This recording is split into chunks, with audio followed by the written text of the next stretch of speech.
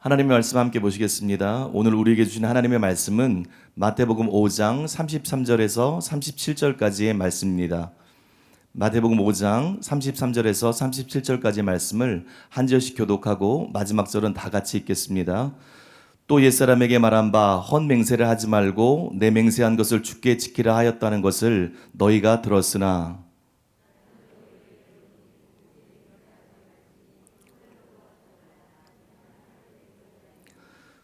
땅으로도 하지 말라 이는 하나님의 발등상이며 예루살렘으로 하지 말라 이는 큰 임금의 성임이요.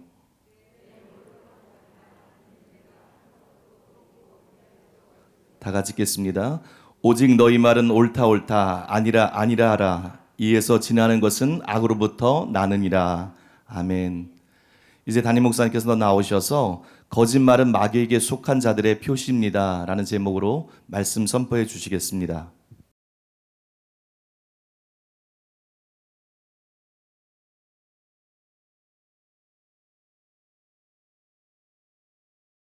오늘은 이제 가볍게 성경을 공부하면서 무겁게 도전을 받아보도록 하겠습니다. 한 개도 안 웃긴가 보네. 그래도 의미 있는 말이면서 좀 웃길 줄 알았는데. 마태복음 5장 33절에서 37절에 있는 말씀을 가지고 거짓말은 마귀에게 속한 자의 표식입니다. 이런 제목으로, 원래 제목은 맹세에 대한 규정을 완전케 하신 예수님, 이런 제목으로 오늘 말씀을 나누겠습니다. 맹세에 대해서 여러분들에게 말씀을 드리겠습니다. 맹세가 뭐죠? 맹세? 국어사전에 보니까는 일정한 약속이나 목표를 꼭 실천하겠다고 다짐함, 이렇게 정의했더라고요. 근데 이 정의는 성경에 나오는 맹세의 정의로는 너무 약한 것이에요. 왜 약하냐 그러면 성경의 맹세는 하나님의 이름으로 하는 것입니다. 그냥 나는 진짜다, 진실이다, 이게 아니고 성경의 맹세는 하나님의 이름으로 하는 거예요. 그래서 본래퍼는 맹세에 대해서 이렇게 정의를 했는데요. 맹세란 도대체 무엇인가? 맹세는 다름이 아니라 지난 일에 대하여서나 현재 또는 미래에 대하여 자신을 주장할 때 신을 증인처럼 불러내는 일이다. 하나님을 증인처럼 불러내는 일이다. 전지하신 신이 거짓을 보복하라는 것이다. 그렇게 정의를 했어요. 아더 핑크도 맹세를 이와 유사하게 정의를 했는데, 맹세의 본질에 대해서 살펴보자. 맹세는 진리의 증인과 거짓말의 복수자이신 하나님을 부름으로써 의심스러운 일들에 대하여 종교적이고 필연적인 확정을 하는 것이다. 말이 좀 어렵게 말을 했습니다만 그렇게 정의를 했습니다. 아더 핑크는 또 맹세에 대해서 이렇게 설명을 했어요. 너는 내 하나님 여호와의 이름을 망령되게 부르지 말라. 여호와는 그의 이름을 망령되게 부르는 자를 죄 없다 하지 아니하리라. 여기에 맹세에 관한 본래적이고 근본적인 율법이 있으며 우리는 이것을 내 하나님 여호와를 경외하며 그를 섬기며 그의 이름으로 맹세할 것이니라는 말씀과 연결시켜 볼 수 있다. 그러므로 맹세는 여호와라는 두려운 이름에 호소하는 것이었으며, 이것은 맹세하는 자의 이 두려워하는 마음으로 하나님의 임재를 의식하고 지존자를 인식하고도록 각성시킴으로써 그 맹세의 신성함과 능력을 부여해 주었다. 그러므로 어떤 사람이 이렇게 맹세했을 때에는 여호와께서 그의 이름을 망령되이 일컫는 자를 죄 없다 하지 아니하리라는 엄숙한 경고가 있는 것이다. 이제 맹세가 뭔지 여러분들이 이해가 되셨을 거예요. 그 다음에 여러분들이 생각하는 것보다 맹세가 훨씬 무서운 거구나. 맹세라는 것이 훨씬 엄숙하고 반드시 지켜야 되는 것이구나. 그걸 여러분들이 인지하셨을 거예요. 그러면 이것을 염두에 두고 맹세에 대해서 예수님은 과연 어떻게 가르치셨는가, 그것에 대해서 여러분과 함께 상고해 보도록 하겠습니다. 첫 번째로 따라해 보겠습니다. 맹세에 대한 유대교의 왜곡. 본문 33절에 보니까는 또 옛사람에게 말한 바 헛맹세를 하지 말고 내 맹세한 것을 주께 지키라 하였다는 것을 너희가 들었으나, 이렇게 기록되어 있습니다. 이것은 구약을 정확하게 인용한 것은 아니죠. 맹세에 대한 구약의 가르침들을 요약한 것이에요. 먼저 헛맹세를 하지 말라. 이렇게 말을 했는데 이거는 레위기 19장 12절을 반영한 것입니다. 거기에 보면 너희는 내 이름으로 거짓 맹세함으로 내 하나님의 이름을 욕되게 하지 말라. 나는 여호와니라. 왜 거짓 맹세를 하면 하나님의 이름을 욕되게 하는 거죠? 맹세는 하나님의 이름으로 하는 것이기 때문에. 맹세는 하나님을 정인으로 하나님을 걸고 맹세하는 것이기 때문에 거짓 맹세를 하면 하나님을 욕되게 하는 것이. 그래서 맹세는 단순히 거짓말이 아니고 약속을 안 지키는 것이 아니고 거짓 맹세는 하나님 앞에 무서운 죄가 되는 것이에요. 또 출애굽기 20장 7절도 염두에 둔 말일 것입니다. 너는 내 하나님 여호와의 이름을 망령되게 부르지 말라. 여호와는 그의 이름을 망령되게 부르는 자를 죄 없다 하지 아니하리라. 거짓 맹세를 위해서 하나님의 이름을 부른다면, 거짓 맹세를 하기 위해서 하나님의 이름으로 맹세해서 그 거짓을 다른 사람들에게 믿게 하려고 한다면 이거는 여러분 망령되게 하나님 이름을 부르는 것이, 망령되게 하나님을 부르는 것이고, 살아계신 하나님이 그런 사람들을 죄 없다고 하지 않습니다. 반드시 그것은 심판을 받게 되어 있습니다. 다음으로 내 맹세한 것을 주께 지키라, 이런 표현이 연이어서 나오죠. 이 내 맹세한 것을 주께 지키라는 표현은 다음 구절들에서 가르침을 취한 것입니다. 민수기 30장 2절 사람이 여호와께 서원하였거나 결심하고 서약하였으면 깨트리지 말고 그가 입으로 말한 대로 다 이행할 것이니라. 신명기 23장 21절 내 하나님 여호와께 서원하거든 갚기를 더디하지 말라. 내 하나님 여호와께서 반드시 그것을 내게 요구하시리니 더디면 그것이 내게 죄가 될 것이라. 시편 50편 14절 지존하신 이에게 내 서원을 갚으며, 전도서 5장 4절 내가 하나님께 서원하였거든 갚기를 더디게 하지 말라. 하나님은 우매한 자들을 기뻐하지 아니하시나니 서원한 것을 갚으라, 이렇게 말씀하고 있어요. 이 모든 것을 요약해서 내 맹세한 것을 주께 지키라, 이렇게 표현을 한 것이에요. 구약 시대에는 맹세를 기정사실로 받아들였습니다. 맹세가 절대로 금지된 것도 아니었고 이상한 것도 아니었고 희귀한 게 아니라 흔히 볼 수 있는 거예요. 맹세는 기정사실로 여겨졌고 때로는 맹세가 명령되기도 했어요. 하나님의 사람들이 그에게 맹세를 요구하기도 했어요. 그의 진실성을 확인하기 위해서 맹세가 요구되기도 했습니다. 구약 시대 때는 다만 거짓 맹세만 금지가 되었어요. 맹세가 금지된 것이 아니라 오로지 거짓 맹세만 금지가 되었습니다. 그러므로 헛맹세를 하지 말고 내 맹세한 것을 주께 지키라. 이 가르침에 문제가 없어 보이지 않나요? 이 유대교의 가르침을 요약한 거거든요. 그러니까 헛맹세를 하지 말고 내 맹세한 것을 주께 지키라. 이 말에는 전혀 문제가 없어 보입니다. 저는 실제로 이 말 안에 문제가 없다고 생각해요. 왜냐하면 우리는 지금 유대교의 가르침에 반하는 것을 계속 말하고 있기 때문에 요거를 유대인의 가르침이라고 자꾸 착각하는데, 제가 볼 때에는 유대인의 가르침이 아니고 앞에서 설명해 드린 대로 성경의 맹세에 대한 가르침을 그렇게 두 가지로 요약을 한 거로 보입니다. 그래 두 가지로 요약한 것으로 보이기 때문에 거기에는 아무 문제도 없는 것 같아요. 물론 로이드 존즈의 생각은 다릅니다. 로이드 존즈는 방금 소개한 두 문장으로 설명한 이와 일치하는 정확한 표현이 구약 성경 어디에도 없죠. 똑같이 기록된 것은 없어요. 그래서 주님이 바리새인들이 율법을 왜곡한 것을 다루고 있다, 그렇게 생각을 합니다. 그러나 여기서 주님이 그럼 구체적으로 문제 삼고 있는 게 뭐냐, 사소한 문제에서도 맹세하는 경향에 대해서 문제를 삼고 있다. 그러니까 맹세는 원래 구약시대 때 허용이 된 것이고 거짓 맹세를 하지 않으면 되는 것인데, 너무 사소하게 맹세할 만한 일이 아닌데도 습관적으로 맹세를 남발한다는 것. 그렇게 맹세를 남발하는 것을 예수님께서 지금 문제를 삼고 있고, 그것이 바로 구약의 맹세에 대한 유대교의 잘못된 가르침이었다, 그렇게 주장하는 것입니다.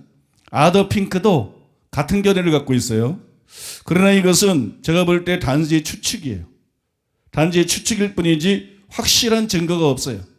예수님께서 지금 그걸 문제 삼고 있다는 증거가 본문 안에 없기 때문에, 그래서 맹세에 대한 유대교의 왜곡은 로이드 존즈가 생각한 뭐 사소한 일에도 남발하고 맹세하는 거 이런 것이 아니라 예수님이 금지하고 계신 맹세가 나와 있는 34절이야 36절에 실제로 유대교가 맹세에 대해서 어떻게 잘못 가르쳤는지 그들의 그 잘못된 가르침에 대한 구체적인 신뢰가 나타나 있다고 저는 생각을 합니다.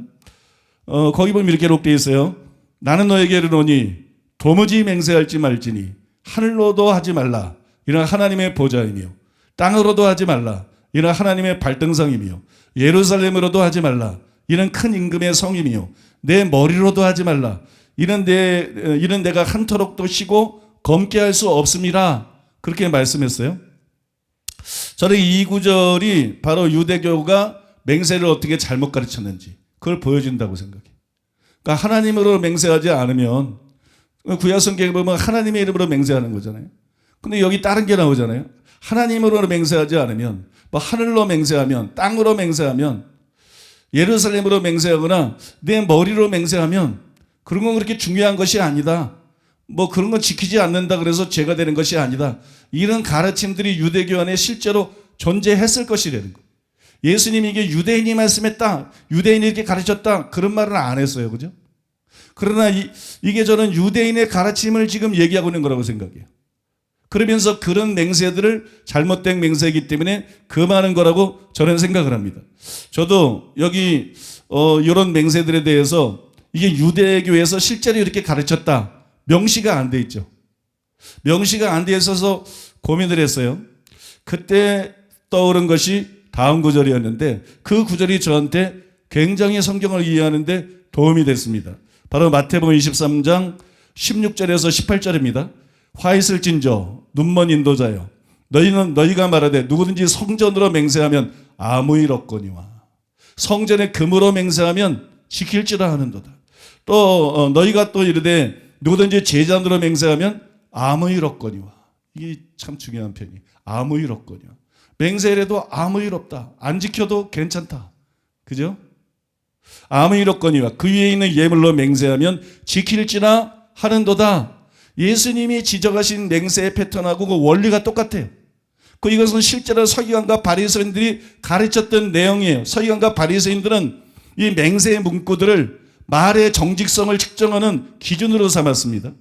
그래서 맹세할 때 가장 높은 수준의 명칭과 연결이 되면 가장 정직해야 돼. 뭐 하나님이라든지 가장 높은 이런 명칭과 연결이 되면 가장 정직해야 되고 그건 반드시 지켜야 되고 그런 연결 없이 내뱉은 말은 여기 나와 있는 것처럼 아무 일 없거니와 그런 연결 없이 내뱉은 말이나 맹세는 정직하지 않아도 된다. 지키지 않아도 된다. 실제로 그들이 그렇게 가르쳤어요. 그래서 맹세에 대한 가르침을 그들이 이렇게 왜곡했습니다. 그래서 저는 이 본문을 아까 설명해드린 하늘과 땅 또 뭐 예루살렘 머리로 이렇게 맹세하는 거 그거를 가리킨 그 말씀을 그들의 가르침으로 보는 것이 가능하다고 생각해요. 또 그것을 서기관과 바리새인의 가르침으로 보는 것이 정당하다고 그렇게 생각을 합니다. 율법은 하나님의 이름으로 한 맹세를 파기하지 말라고 경고합니다. 레위기 19장 12절 너희는 내 이름으로 거짓 맹세함으로 내 하나님의 이름을 욕되게 하지 말라. 나는 여호와이니라. 이건 누구도 부인할 수가 없죠. 성경에 딱 나와 있으니까. 그죠? 아무도 부인할 수가 없어요. 근데 어처구니 없는 것은 랍비들은 이 금지 명령이 하나님의 이름으로 한 맹세에만 적용이 된다. 하나님 이름으로 한 맹세에만 해당이 된다. 그렇게 생각했어요. 그래서 맹세를 하는데 만약에 지킬 마음이 없으면 하나님 이름을 사용하지 않으면 돼. 성경에서 하나님 이름을 하는 맹세에 대해서 계속 말씀하고 있으니까 하나님 이름을 사용 안 하면 돼요. 덜 성스러운 것으로 하나님 이름보다 덜 성스러운 것으로 맹세를 하면 돼요. 예를 들어서 아까 예수님이 말씀하신 그런 거예요. 예로든 하늘로 맹세하느니 뭐 땅으로 맹세하는 거 예루살렘으로 맹세하는 거 이렇게 맹세하면 됐어요. 그러면 하나님의 이름을 거론하지 않았기 때문에 그 맹세에는 구속력이 없다고 그렇게 생각을 했다는 거예요. 당연히 이런 것 가르침들은 이 맹세의 가치를 떨어뜨립니다.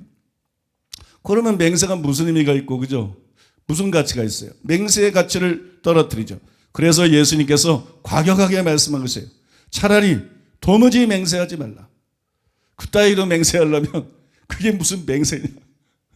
그따위로 맹세하려면 하늘로 맹세하고 빠져나가고 땅으로 맹세하고 빠져나가고 예루살렘으로 네 머리로 맹세하고 빠져나가고 지킬 마음도 없으면서 맹세를 하려면 도대체 맹세를 왜 하는 것이냐. 그 예수님이 말씀한 거예요. 하늘로 땅으로 또 예루살렘으로 그 다음에 내 머리로 맹세하지 말라는 말씀을 하시고 난 다음에 도무지 맹세하지 말지니 그렇게 말씀. 그런 식으로 맹세하려면 맹세하지 말아라. 그걸 맹세라고 생각하고 그런 식으로 맹세하려면 아예 맹세하지 말아라. 그거는 그냥 거짓말이다. 그건 거짓말이고 남을 속이는 건데 너희들이 맹세라는 말로 그런 장난을 하고 있는데 그런 식으로 맹세를 하려고 그러면 도무지 맹세하지 말아라. 아예 맹세를 하지 말아라. 본문에서 예수님이 그렇게 말씀하고 계신 거예요. 하나님이 왜 하나님의 이름으로 맹세를 하게 하셨을까요? 하나님이 하나님의 이름으로 맹세하게 한 것은 이스라엘 백성들은 하나님을 믿는 사람들이니까 하나님께 대한 기본적인 경외심이 있죠. 이 구약이나 신약이나 하나님을 믿는데 하나님에 대한 경외심이 없다. 그분을 의식하지 않는다. 그분은 안중에 없다. 그분을 두려워하지 않는다. 가짜입니다. 구약에도 하나님을 두려워하지 않는 사람, 저 구약 성경에 제일 많이 나오는 표현이 뭐죠? 하나님을 경외하는 자. 이게 진짜예요. 진짜 하나님이에요. 똑같이 뭐 하나님을 믿고 회당에 나가서 제사도 드리고 율법도 지키고 안식일도 지키지만 하나님을 경외하는 마음이 있는 사람은 이게 진짜고 하나님이 경외하는 마음이 없는 사람은 다 가짜예요. 신약시대도 똑같아요.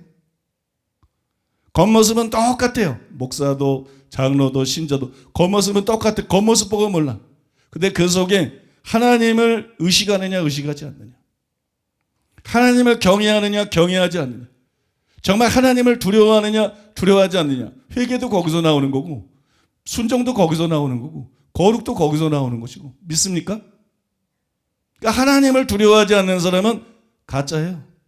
하나님을 두려워하지 않는 사람한테 무슨 말하든 소용이 없어요. 하나님을 두려워하지 않는데 그 말 뭐 성경에 뭐라고 기록된지 우습지 뭐. 그죠? 예수님이 뭐라고 말했든 우습지. 그 사람들에게 아무런 영향력이 없어요. 아무튼 하나님에 대한 경외심을 통해서 거짓 맹세를 제한하기 위한 것이. 왜 하나님 이름으로 맹세하라고 그랬느냐? 하나님에 대한 경외심을 가지고 거짓 맹세를 하지 못하도록. 신명기 6장 13절이 그걸 잘 보여줍니다. 내 하나님 여호와를 경외하며 그를 섬기며 그의 이름으로 맹세할 것이니라. 하나님을 경외하는 게 먼저예요. 맹세가 먼저가 아니라. 그러니까 맹세를 어떻게 하라는 거예요? 하나님을 경외하는 마음으로 그 이름으로 하라는 거예요. 그러니까 하나님을 경외하는 마음으로 그 이름으로 맹세할 때 거짓을 할 수 없죠. 지키지 않으려고 그러는데 그렇게 맹세할 수 없죠. 그러니까 하나님의 목적은 이것이었어요. 근데 여러분 이미 소개해드린 이런 유대교의 가르침은 맹세가 진영이 될 이런 경외심을 제거해버린 거예요. 맹세에서 이런 경외심을 제거해버리면 그건 맹세가 아니죠. 맹세는 믿을 수 있게 하기 위해서 맹세를 하는 것인데 맹세에서 이런 하나님에 대한 경외심이 제거되면 얼마든지 거짓말할 수 있는 것이고 그건 맹세로서의 가치나 효과가 전혀 없는 것이에요. 여러분도 아시겠지만 유대교는 하나님의 이름을 신성하게 여겼습니다. 그래서 다른 이름으로 대체해서 부르는 관습이 있었어요. 랍비들이 이것을 인용한 것입니다. 이것을 이용한 것이에요. 그들은 하나님에 대한 존경심을 표하기 위해서 하나님의 이름을 사용하면 안 된다. 하나님의 이름을 직접 맹세에 사용하면 안 된다. 이런 핑계를 대면서 하나님의 이름이 들어가지 않은 맹세의 다른 문구들을 만들어낸 거예요. 하늘로 뭐 땅으로 예루살렘으로 자기 머리로 뭐 이런 식으로 하나님의 이름이 들어가지 않은 다른 맹세의 문구들을 만들어냈어요. 실제로 필로는 이런 말을 했어요. 하나님 곧 만물의 창조주께로 곧장 달려가서 그를 두고 맹세한 것은 죄이며 무익한일이다. 굉장히 비성경적인 말이죠. 이 유명한 유대교 랍비인데 왜냐하면 구약 성경에는 하나님의 이름으로 맹세하라 그랬거든. 근데 여기서는 하나님 이름으로 맹세하면 그게 죄다 그래요. 하나님이라고 맹세하면 그건 죄는 무익한 일이다. 그러므로 부모나 하늘이나 별들을 두고 맹세하는 것이 타당하다. 이게 유대교의 가르침이에요. 어처구니 없게도 그들은 이런 맹세들은 구속력이 없다고 생각을 한 것이. 이에 대해서 알랭 보티어는 탄식하면서 이렇게 했었습니다. 예수님은 사람들이 구속력 있는 진술이나 합의를 하는 것 같이 보이려고 맹세를 이용하지만 실제 맹세의 말에는 자기가 한 말을 지키지 않아도 되도록 도피수단을 포함시켜 놓는 것에 대해 다루고 계셨다. 맹세는 사실상 진리에 대한 주장을 거짓의 수단으로 이용한 것이었다. 많은 주석가들은 이것이 당시 사람들 간에 널리 퍼져 있는 특성이었다고 말한다. 특히 노울링은 유대인들 사이에 부주의하고 거짓된 선서가 만연되어 있는 것에 대해 써놓은 한 이교 문서를 인용했다. 딱 들어봐도 여러분 이게 궤변 아닙니까? 유대인의 맹세에 대한 가르침은 이거는 궤변이에요. 궤변. 그래서 예수님은 이것을 박살내기를 원하셨어요. 이걸 박살내기 위해서 하나님을 언급하는 문구와 하나님을 언급하지 않는 문구 사이에 아무런 차이가 없다. 하나님의 이름으로 맹세에만 하나님께 맹세한 것이 아니다. 다른 이름으로도 맹세해도 하나님께 맹세한 것이다. 왜 그럴까요? 사람이 아무리 애를 쓸지라도 하나님에 대해서 말하지 않을 수가 없다는 것이. 어떤 의미에서요? 온 세상이 하나님의 것이기 때문에. 세상의 어떤 것에서도 그분을 제거할 수가 없기 때문이에요. 만약에 사람이 하늘로 맹세하면 그건 하나님의 보좌예요. 만약에 사람이 땅으로 맹세하면 그건 하나님의 발등상입니다. 만약에 사람들이 예루살렘으로 맹세하면 그건 하나님의 위대한 성이에요. 결과적으로 하나님으로 맹세하는 것과 마찬가지라는 거예요. 하나님의 이름을 사용하지 않아도 유대인들에게 의미 있는, 유대인들은 더 그랬죠. 그 종교가 유대교니까 국가적으로. 그 유대인들에게 의미 있는 이런 것들을 가지고 맹세를 할 때 그거는 하나님하고 분리되는 게 아니라는 거예요. 결국 하나님과 연관되는 것이기 때문에 하나님으로 맹세하는 것과 마찬가지라는 거예요. 그래서 하나님의 이름을 뺀 맹세의 문구로 맹세의 책임을 회피할 수는 없다는 거예요. 그 지켜야 되는 절대적인 책임을 벗어날 수가 없다는 것입니다. 여러분 이렇게 생각해 볼 때 맹세에 대한 유대의 가르침은 잘못된 것이. 잘못된 건 정도가 아니라 가증한 것입니다. 불신세계에서도 용납되지 않는 이 가증한 것이 바로 여러분 맹세에 대한 유대교의 가르침이었습니다. 유대교가 진정한 종교지만 타락할 때 어떻게 되는지를 보여주는 것이.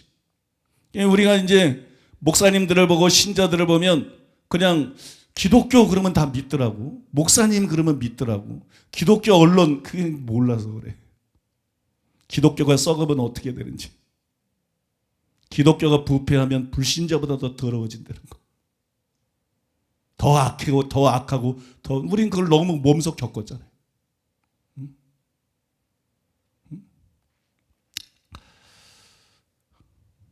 근데 여러분 우리가 이제 예수님께서 유대교의 맹세의 문구들에 대해서 쭉 말씀을 하셨는데 그다음에 그걸 지적을 하셨는데 그 문구 중에 마지막 문구가 굉장히 이해하기가 어렵습니다. 아마 여러분 오늘 본문 읽으면서 궁금하게 여긴 분들이 굉장히 많을 거예요.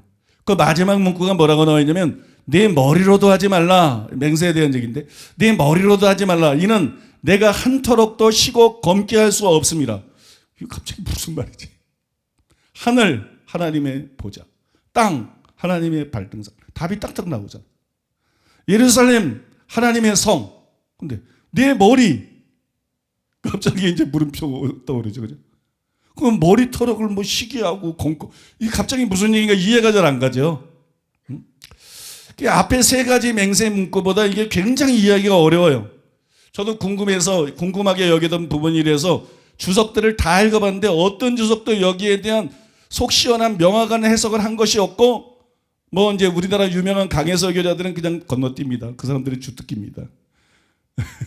우리나라 유명한 강해설교자들은 성경 어려운 거는 다 건너뛰고 아는 것만 갖고 강해설교회. 그래서 뭐 그런 책들은 보면 전혀 도움이 안 돼. 아예 아무것도 안 써놨으니까 거기에 대해서. 참 넓이 뛰기 잘해. 그런데 여러분 아니 이게 뭐 어떤 주석을 봐도 이게 시원한 답이 없는 거예요. 그리고 저도 묵상해봤지만 이게 도대체 이 무슨 얘기인지를 모르겠어. 무슨 얘기인지를. 앞에 세 가지는 그 맹세 문구에 예수님이 부언한 것을 읽으면 곧 이해가 돼요. 왜 땅으로 맹세하면, 하늘로 맹세하면 안 된다 그런지. 하나님의 보좌이기 때문이다. 역시 하나님과 연결, 하나님의 이름이 하나님과 연결되는 것처럼 하늘도 하나님과 연결된다. 땅도 하나님과 연결된다. 보좌도 하나님과 연결된다. 그거 아니에요? 그러니까 하나님의 이름으로 맹세하는 거하고 별 차이가 없다. 이게 읽어보면 그냥 이해가 돼요. 왜 그렇게 맹세한다고 해서 그러므로 빠져나갈 수가 없는지 납득이 되거든요. 그러나 이는 내가 한터럭도 쉬고 검게 할 수 없습니다. 이게 예수님께서 머리로 맹세하면 안 되는 이유를 말씀한 거거든요. 왜 머리로 맹세하면 안 되느냐? 이는 내가 한터럭도 쉬고 검게 할 수 없습니다. 아니, 참 알쏭달쏭하잖아요. 이 말 가지고 여러분 왜 머리로 맹세하면 안 되는지 탁 개념이 와닿습니까? 이해가 안 되잖아요. 그죠? 제가 이 말씀 가지고 씨름을 억지로 했네요. 이게 도대체 무슨 말이야? 저는 또 강해 설교자들 같은 넓이뛰기 하는 재주가 없어. 저는 궁금하면 끝장을 봐야 돼. 저는 궁금하면 끝장을 봐야 되기 때문에 이거 가지고 여러분 씨름을 하고 연구를 많이 했어요. 과연 예수님의 이 말씀은 어떤 의미일까요? 두 가지로 설명해 드릴 수 있습니다. 두 가지로 정리해서 설명해 드리겠는데, 먼저 유대인들은 하나님으로 맹세하면 반드시 지켜야 된다, 그렇게 생각했죠. 그러나 하늘과 땅 예루살렘으로 맹세하면 하나님으로 맹세한 것이 아니기 때문에 꼭 지켜야 되는 것은 아니다, 또 이렇게 잘못 알고 있었어요. 근데 예수님이 오셔가지고 하늘은 하나님의 보좌다, 땅은 그분의 발등상이다, 예루살렘은 그분의 성이다, 그래서 그런 맹세들도 하나님으로 맹세하는 것과 같다, 그래서 그런 문구로 빠져나갈 수는 없다, 예수님께서 그렇게 가르치고 계셔요. 여러분, 우리가 다루는 문구는 바로 그 다음에 나오는 것이, 요게 중요한 것이. 우리가 다루는 문구는 바로 이 다음에 나오는 것이에요. 그래서 우리는 내 머리로도 하지 말라, 이런 내가 한터럭도 쉬고 검게 할 수 없습니다, 이 말씀을 어떻게 해석해야 되는지 기준을 발견할 수가 있는 겁니다.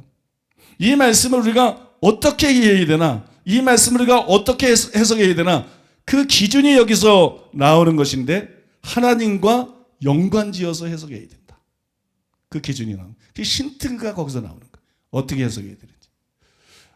하늘, 땅, 예루살렘 전부 하나님이잖아, 그죠? 하나님의 보좌, 하나님의 발등상, 하나님의 성, 그죠? 그 다음에 이 표현이 나온다고요. 그럼 사람의 머리를 해석할 때 머리만 생각하면 안 된다, 그러면 해석 안 나오게 돼 있어요. 이걸 어떻게 해석해야 되냐? 야, 이것도 하나님과 관계가 있는 거구나. 이 머리가 하나님하고 관계가 있어요. 믿습니까?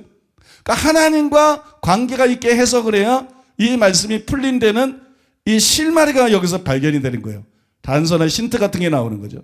다음으로 이제 그 힌트를 가지고 우리가 실제 해석에 들어가 보면 우리가 알아야 될 것은, 머리로 맹세하는 것은 자기 목숨으로 맹세하는 것을 뜻하는 것이에요. 내 머리를 건다 그래 목숨을 건다는 뜻 아니에요? 그래서 내 머리로 맹세한다는 것은 자기 목숨으로 맹세하는 것, 즉 목숨을 걸고 맹세하는 것을 뜻하는 거예요.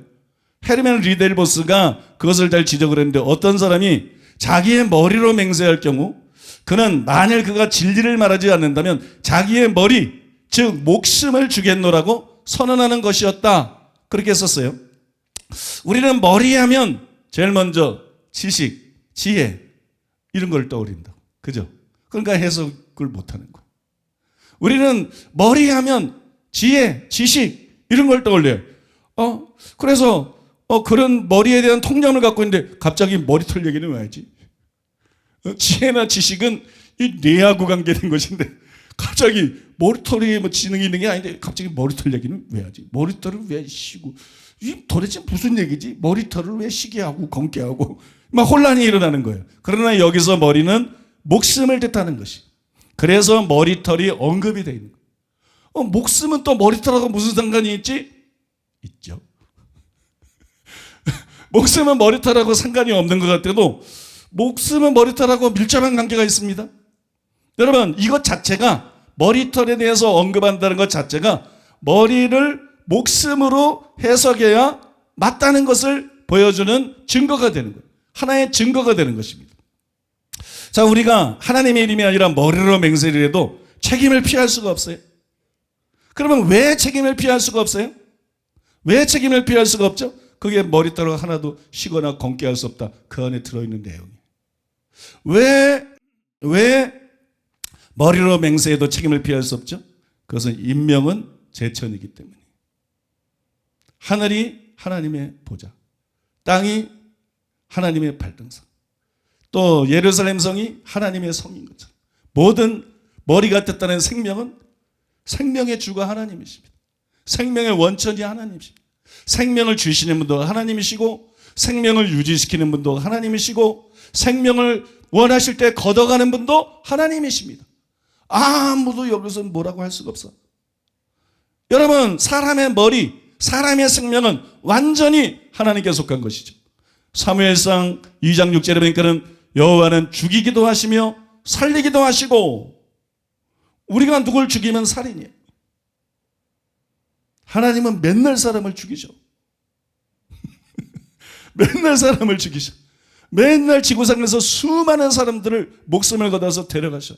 하나님은 사람을 죽여도 살인이 아니에요. 그건 그분의 권한이에요.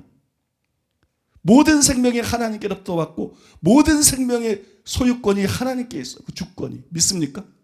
살리고 죽이고 하나님 마음대로예요. 욥기 12장 10절에 보니까는 모든 생물의 생명과 모든 사람의 육신의 목숨이 다 그의 손에 있느니라. 사람뿐만 아니라 모든 생물이 다 그래요. 그게 참사 하나가 떨어지는 것도 하나님이 허락하지 않으면 떨어지지 않는다고 예수님은 말씀했어요. 생명은 철저철미하게 하나님께 속한 것이. 우연히 누가 살아있는 것도 아니고 우연히 누가 죽는 것도 아니에요. 믿습니까? 여러분이 오늘 살아서 이런 말씀을 듣고 있는 것도 하나님의 선물이고 매일매일이 하나님의 선물인 거예요. 매일매일이 하나님의 선물. 이게 왜 선물이냐? 기회죠. 기회. 죽고 나면 100년이 지나도 1000년이 지나도 10,000년이 지나도 회개할 수가 없어. 지옥을 빠져나갈 수가 없어. 자기 영혼의 운명을 바꿀 수가 없어. 하루하루가 하나님이 우리를 위해서 주시는 회개할 기회인 것이. 여러분 믿습니까? 그래서 세월을 아껴야 되는 거. 이거 언제 끝날지 몰라요. 나는 20세니까 요새 오래 사는데 80은 남았겠지. 그건 본인 생각. 그 사람이 나보다 먼저 죽을 수도 있고, 응? 기분 나쁘세요? 그 사람이 나보다 먼저 죽을 수도 있고 아무도 모르는 거예요. 여러분, 세월을 아끼시기 바랍니다. 세월을 아끼는 게 어떻게 아끼는 거냐? 회개하는 거예요. 회개하는 게 세월을 아끼는 거야. 영생을 확보하는 거니까. 응? 믿는 거예요. 순종하는 거예요. 거룩해지는 거예요. 믿습니까? 그것이 여러분 세월을 아끼는 거예요. 여러분 세월을 아끼는 여러분 되시기 바랍니다. 욥기 34장 14절 15절에 보니까는 그가 만일 뜻을 정하시고, 사람의 뜻은 상관이 없어. 난 오래 살고 싶어요. 난 이제 그만 살고 싶어. 아무 소용없어. 그분의 뜻이 중요해. 그가 뜻을 정하시고 그의 영과 목숨을 거두실진데 모든 육체가 다 함께 죽으며 사람은 흙으로 돌아가리라. 누가복음 12장 20절에 보니까는 하나님은 이르시되 어리석은 자여 오늘 밤에 내 영혼을 도로 찾으리니 그러면 내 준비한 것이 누구의 것이 되겠느냐. 이 부가 하나님 앞에서는 아무것도 아니야. 부가 세상에서는 대단한 것 같지만, 대단한 보장 같지만 부가 하나님 앞에서는 아무것도 아니야. 믿습니까? 자기 재산이라고 말할 자가 누가 있어요? 재벌이면 뭐하고 세계적인 재벌이면 뭐예요? 하나님이 그 영혼 불러가면 그게 무슨 자기 거야. 얼마 전에 삼성의 이건희 회장 소천했잖아요. 지금 이건희 회장이 소유가 대한민국에 있나요?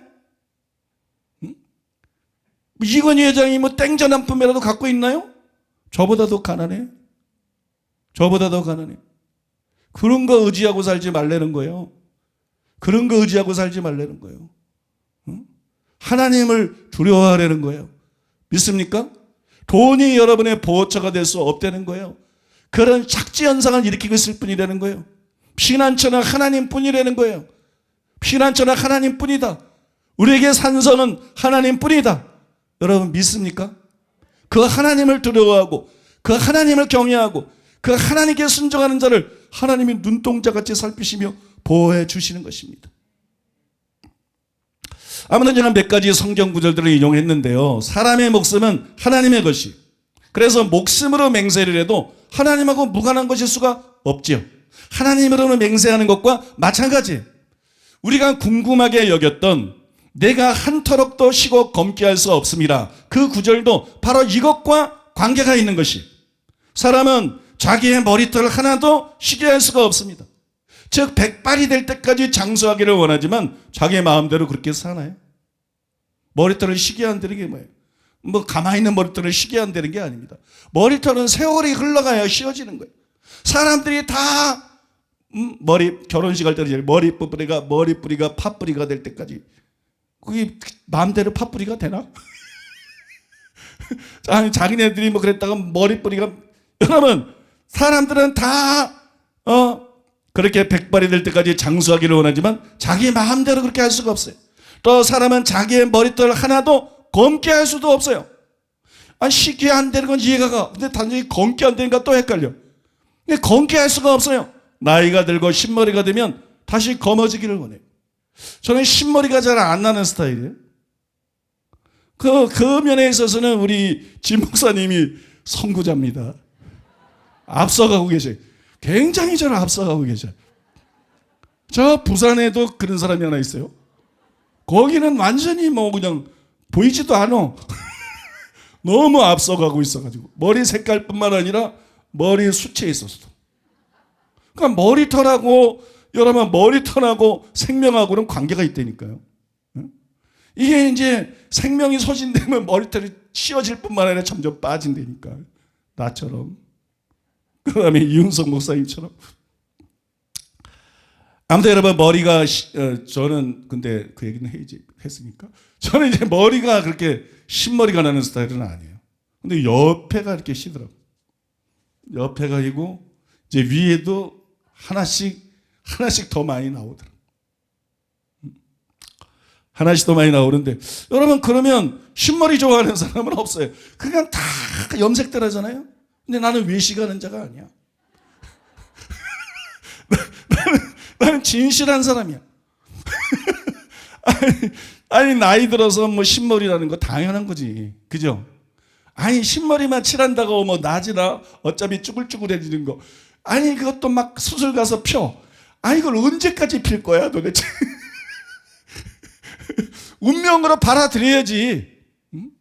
머리가 휘어지는 것도 운명으로 받아들이고 얼굴이 주름지는 것도 운명으로 받아들여야지. 그 연예인들도요 자꾸 피니까 그 이상하더라고, 그죠? 굉장히 이쁘고 멋있던 사람들도 이상하더라고 얼굴이. 그냥 자연스럽게 늙을 모습이 더 낫지 않아요? 오히려 자연스럽게 늙은 모습이. 근데 어느 정도 하는 건 또 괜찮아. 각자 취향이니까.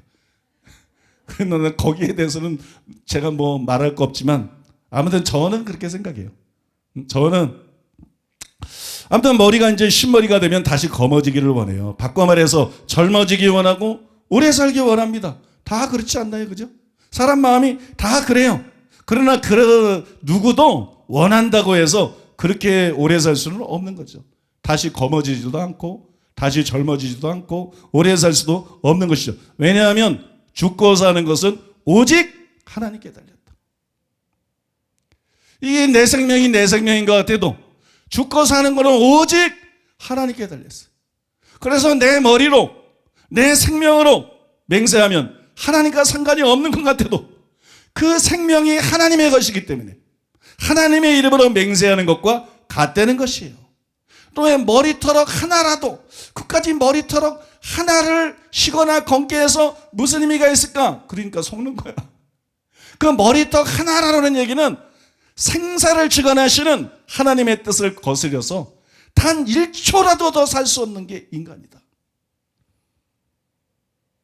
살다 보면 시간이 지루하게 가고 더디 가고 무료할 때도 있지만 막상 하나님이 정하신 죽음의 때가 되면 머리털럭 하나도 쉬거나 검게 할 수 없는 것 믿습니까? 하나님의 뜻을 거스려서 단 1초도 이 땅에 더 살 수 없는 게 바로 인생인 것이, 그만큼 생명은 우리에게 전혀 지분이 없는 거야. 하나님께서 완벽하게 주권을 갖고 계신 거야.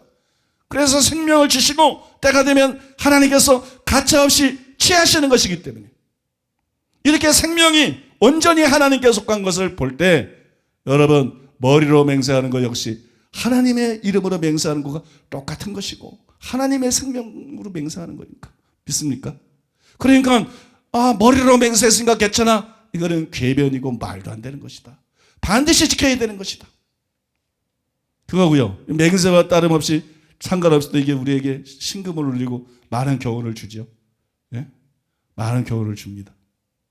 지난주 산행에게 올렸잖아요. 한경직 목사님 우거처. 우리나라를 한 시대 대표했던 그런 목사님인데 그 우거처. 그걸 보면서 지금 한경직 목사님은 주님 앞에서 어떤 모습일까? 주님의 이분을 어떻게 평가하실까? 사람의 평가는 중요하지 않아. 그리고 사돈 남 얘기할 때가 아니지. 나는 죽으면 내가 지금 죽는다면 하나님 나를 어떻게 평가하실까? 우리 성도들이 나를 뭐라고 생각하든 아무 상관없지. 한국교회가 나를 뭐라고 생각하든 아무 상관없어. 그건 그냥 아주 1초 같은 거야. 1초 같은 거. 아주 경점 같은 거. 저 천국에 가면 영원 무궁세계가 펼쳐지는데 그 하나님은 나를 어떻게 보실까? 그 하나님은 나를 어떻게 평가하실까? 내가 그분을 만나면 그분은 나에게 뭐라고 말씀하실까? 숙연해지더라고요. 숙연해져. 좀 올라가니까 절간이 나오고 산이 다 그렇지 뭐. 조금 올라가니까 까마귀들이 나무에 앉아있는데 그게 예사롭게 보이지 않더라고요. 인생이 이런 거야. 한경지 목사님은 뭐 자기가 그렇게 돌아가실 줄 알았어? 살아있을 때 우리랑 똑같지, 그죠? 그런데 살다 보면 또 돌아가시고 또 누가 돌아가시고, 그죠? 그럼 우리 순서가 올 거 아니에요? 그러니까 아무것도 안 중요하더라고. 사람의 평가라든지 세상의 평가라든지 뭐 성공이니 실패니 부자니 가난하니 뭐 건강은 뭐 영원한 거야. 건강이니 뭐니 아무것도 안 중요하더라고. 그냥 가만히 생각해 보면 중요한 거는 그냥 하나님 앞에 나는 어떤 존재냐, 주님이 나를 어떻게 평가하실까, 내가 얼마나 주님 말씀대로 살았나, 내가 얼마나 철두철미하게 회개했나, 내가 얼마나 주님을 닮았나. 그거 외에는 가치 있는 게 없어. 여러분도 그렇지만 저도 그래요. 여러분도 그렇지만 저도 지난주 설교하고 나서 그냥 기도 제목이 완전이야. 완전. 당장 거기 도달하지 못해도 완전. 세상에 가치 있는 게 뭐 있어? 하나님 말씀대로 살 뿐만 아니라 완전해지는 것밖에 가치 있는 게 뭐 있어? 우리가 추구하고 뭐 걸 게 뭐 있어? 그렇지 않아요, 곽소영 목사님? 완전해지는 거 왜? 완전해지는 거 왜? 가치 있는 게 뭐가 있어? 완전을 목표로 삼고 그래서 죽음을 준비하고 준비된 삶을 살아가는 지혜로운 여러분 되시기를 예수님의 이름으로 축복합니다. 두 번째로 따라해 보겠습니다. 맹세에 대한 예수님의 가르침. 마태복음 5장 34절로 37절. 나는 너희에게 이르노니 도무지 맹세하지 말지니 하늘로도 하지 말라. 이는 하나님의 보좌임이요. 땅으로도 하지 말라. 이는 하나님의 발등상임이요. 예루살렘으로도 하지 말라. 이는 큰 임금의 성임이요. 내 머리로도 하지 말라. 이는 내가 한 터럭도 희고 검게 할 수 없음이라. 오직 너희 말은 옳다 옳다 아니라 아니라 하라. 이에서 지나는 것은 악으로부터 나느니라. 자세히 보시면 아시겠지만 이 예수님의 가르침의 핵심은 34절 전반절과 37절입니다. 33절 전반절과 그러니까 처음하고 마지막 부분 그 부분이에요. 나는 너에게 이르노니 도무지 맹세하지 말지니 오직 너희 말은 옳다 옳다 아니라 아니라 하라. 이에서 지나는 것은 악으로부터 나느니라. 이게 맹세에 대한 예수님의 가르침의 핵심이라는 거예요. 이렇게 둘을 가까이 붙여놓으니까 그 의미가 더 살아나는 것 같잖아요. 확실해지지 않습니까? 예수님이 지금 맹세에 대해서 뭘 말씀하고 싶어 하는지. 한마디로 주님은 맹세를 금하셨어요. 맹세하지 말라는 거예요. 한마디로 예수님은 맹세를 금하셨어요. 그냥 옳은 거는 옳다, 아닌 건 아니라 그러지 맹세하지 말아라, 그렇게 말씀하고 있어요. 그러면 구약 성경은 맹세를 허용했는데 왜 예수님은 맹세를 금하시는 것일까요? 그거는요, 예수님의 제자들은 구약의 이스라엘 백성들과 달라야 되기 때문입니다. 예수님이 율법을 완전케 하셨고 그 다음에 성령을 보내주셨기 때문에, 구약 시대 사람들에겐 주지 않은 성령을 부어주시기 때문에 똑같은 수준의 삶이 요구되는 것이 아니기 때문에, 그래서 그들에는 맹세가 허용됐지만 우리는 맹세할 필요가 없을 정도로 정직한 사람이 되어야 된다는 거예요. 제자들은 구약의 이스라엘 백성들처럼 그런 사람이 되면 안 된다. 너희는 맹세할 필요가 없을 정도로 정직한 사람이 되어야 된다. 예수님의 말씀의 의미는 그겁니다. 맹세하라, 맹세하지 마라. 난 맹세 안 해서 이런다고 이걸 지킨 게 아니에요. 예수님이 진짜 이 말씀하고 있는 취지는 너희는 맹세가 필요 없을 정도로 정직해야 된다. 너희는 맹세가 필요 없을 정도로 진실한 사람이어야 된다. 이게 핵심이에요. 헌터가 말한 대로 사람들이 흔히 거짓말쟁이이기 때문에 맹세가 일어나는 거예요. 사람들이 다 진실하면 맹세할 필요가 없죠. 여러분, 존 스토트 이렇게 말했어요. 맹세는 사실상 우리 자신의 부정직에 대한 애처로운 고백이다. 왜 우리는 나는 천사장 가브리엘과 하늘의 모든 천사로 맹세한다, 혹은 나는 성경으로 맹세한다 라는 굉장한 일정한 문구로 우리의 약속을 소개하는 것이 필요하다고 생각하는가? 그 이유는 오직 우리는 우리의 단순한 말이 신뢰받지 못할 것 같다는 것을 알기 때문이다. 따라서 우리는 엄숙한 맹세를 덧붙임으로써 사람들을 권하여 우리를 믿게 만들려고 애쓴다. 이게 애처로운 몸부림이라는 거예요. 맹세라는 것은 불완전해서 나온 것이에요. 맹세라는 것은 죄에서 나온 것이에요. 맹세라는 것은 결함에서 나온 것이에요. 맹세라는 것은 진실하고 진실하지 않고를 떠나서 애처로운 몸부림이에요. 인간이 타락하고 인간들의 마음이 거짓되기 때문에 생겨난, 제발 좀 믿어달라는 애처로운 몸부림이에요. 기독교인이 타락한 그런 존재로 머물러 있으면 안 된다는 거예요. 회개하고 믿고 거듭난 기독교인들은 그들과는 달라야 된다는 거예요. 그래서 기독교인들은 맹세가 필요 없는 존재가 되어야 된다는 거예요. 여러분 믿습니까? 기독교인들은 맹세가 필요 없을 정도로 진실한 사람이 돼야 된다. 항상 정직하면 맹세할 필요가 없죠. 데이비드 터너의 말이 옳습니다. 예수님은 만일 제자들이 진실을 말하는 성경적 훈계들을 지속적으로 마음에 새긴다면 맹세하는 일은 불필요할 것이라고 가르친다. 단순히 맹세하지 말라 그런 게 아니라 너희가 정직하면 맹세는 불필요하게 될 것이다. 그런 의미에서 너희는 정직한 자가 되고 맹세하지 마라. 믿습니까? 맹세하지 마라. 그렇게 여러분 말씀하고 있는 것이에요. 그래서 예수님께서 오직 진실만을 말할 것을 강조하시면서 도무지 맹세하지 말지니 이렇게 말씀한 것입니다. 저는 이런 맹세에 대한 예수님의 가르침을 아더 핑크가 아주 설명을 잘했다고 생각합니다.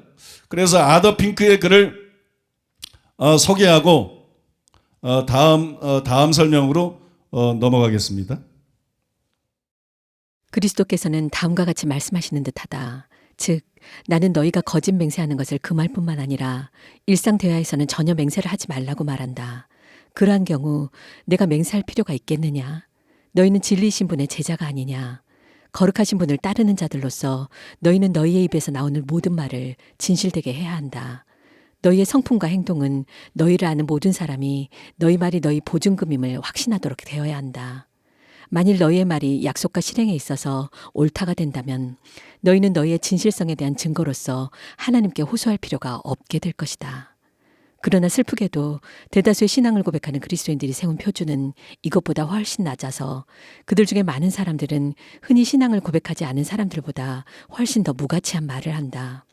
이에서 지나는 것은 악으로부터 나느니라.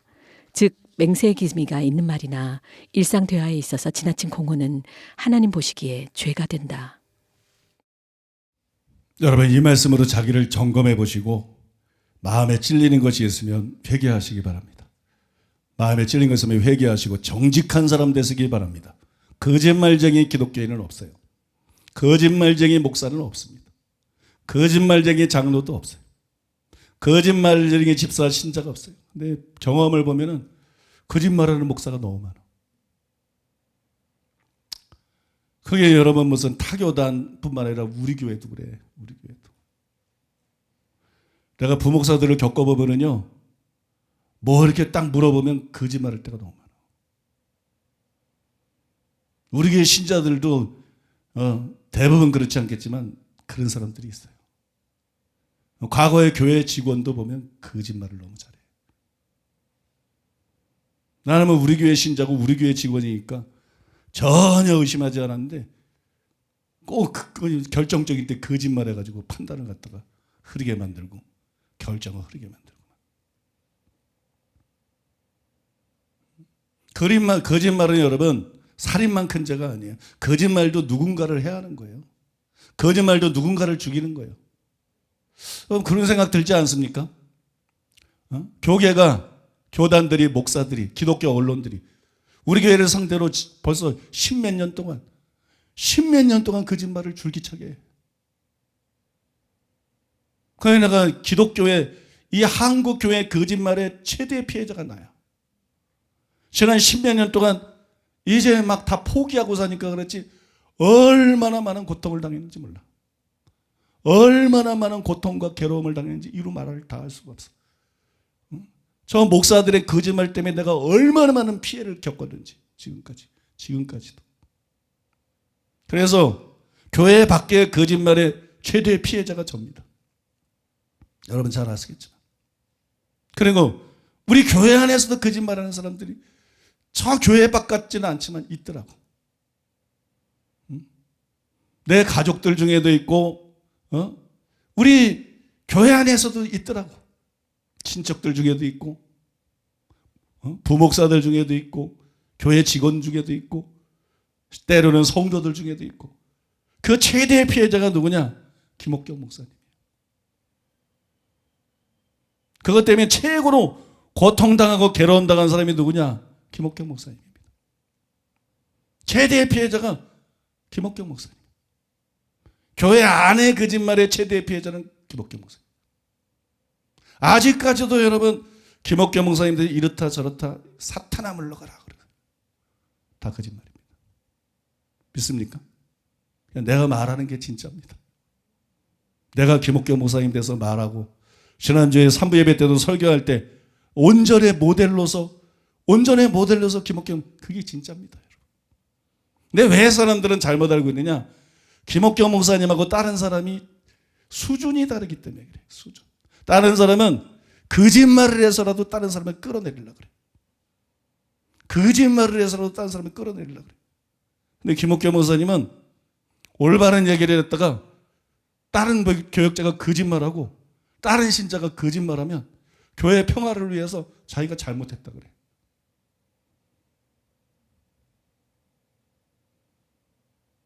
그것 때문에 교회에 해가 될까봐, 그것 때문에 더 많은 성도들이 상처를 받을까봐 자기 상대방이 지금 거짓말하는 걸 다 알고 있는데 방금 전 자기 앞에서 다른 얘기하고 내 앞에서 불려오면 또 나를 의식하는지 막 거짓말을 해. 직원이니 목사들이니 그런 사람들 많아요, 여러분. 그러면 따지지 않아요. 따지지 않아. 그냥 자기가 누명을 써버려. 그리고 내가 잘못했다 그래. 나도 많이 속았어. 김옥경 목사님도 거짓말쟁이야. 자기가 잘못 안 했는데도 자기가 잘못했다 그러니까. 옛날에 교회 분란이 있을 때도 그렇고 자기가 잘못 안 했는데도 자기가 잘못했다 그래. 그럼 나는 또 진짜 구른 줄 알지. 그렇게 말하니까.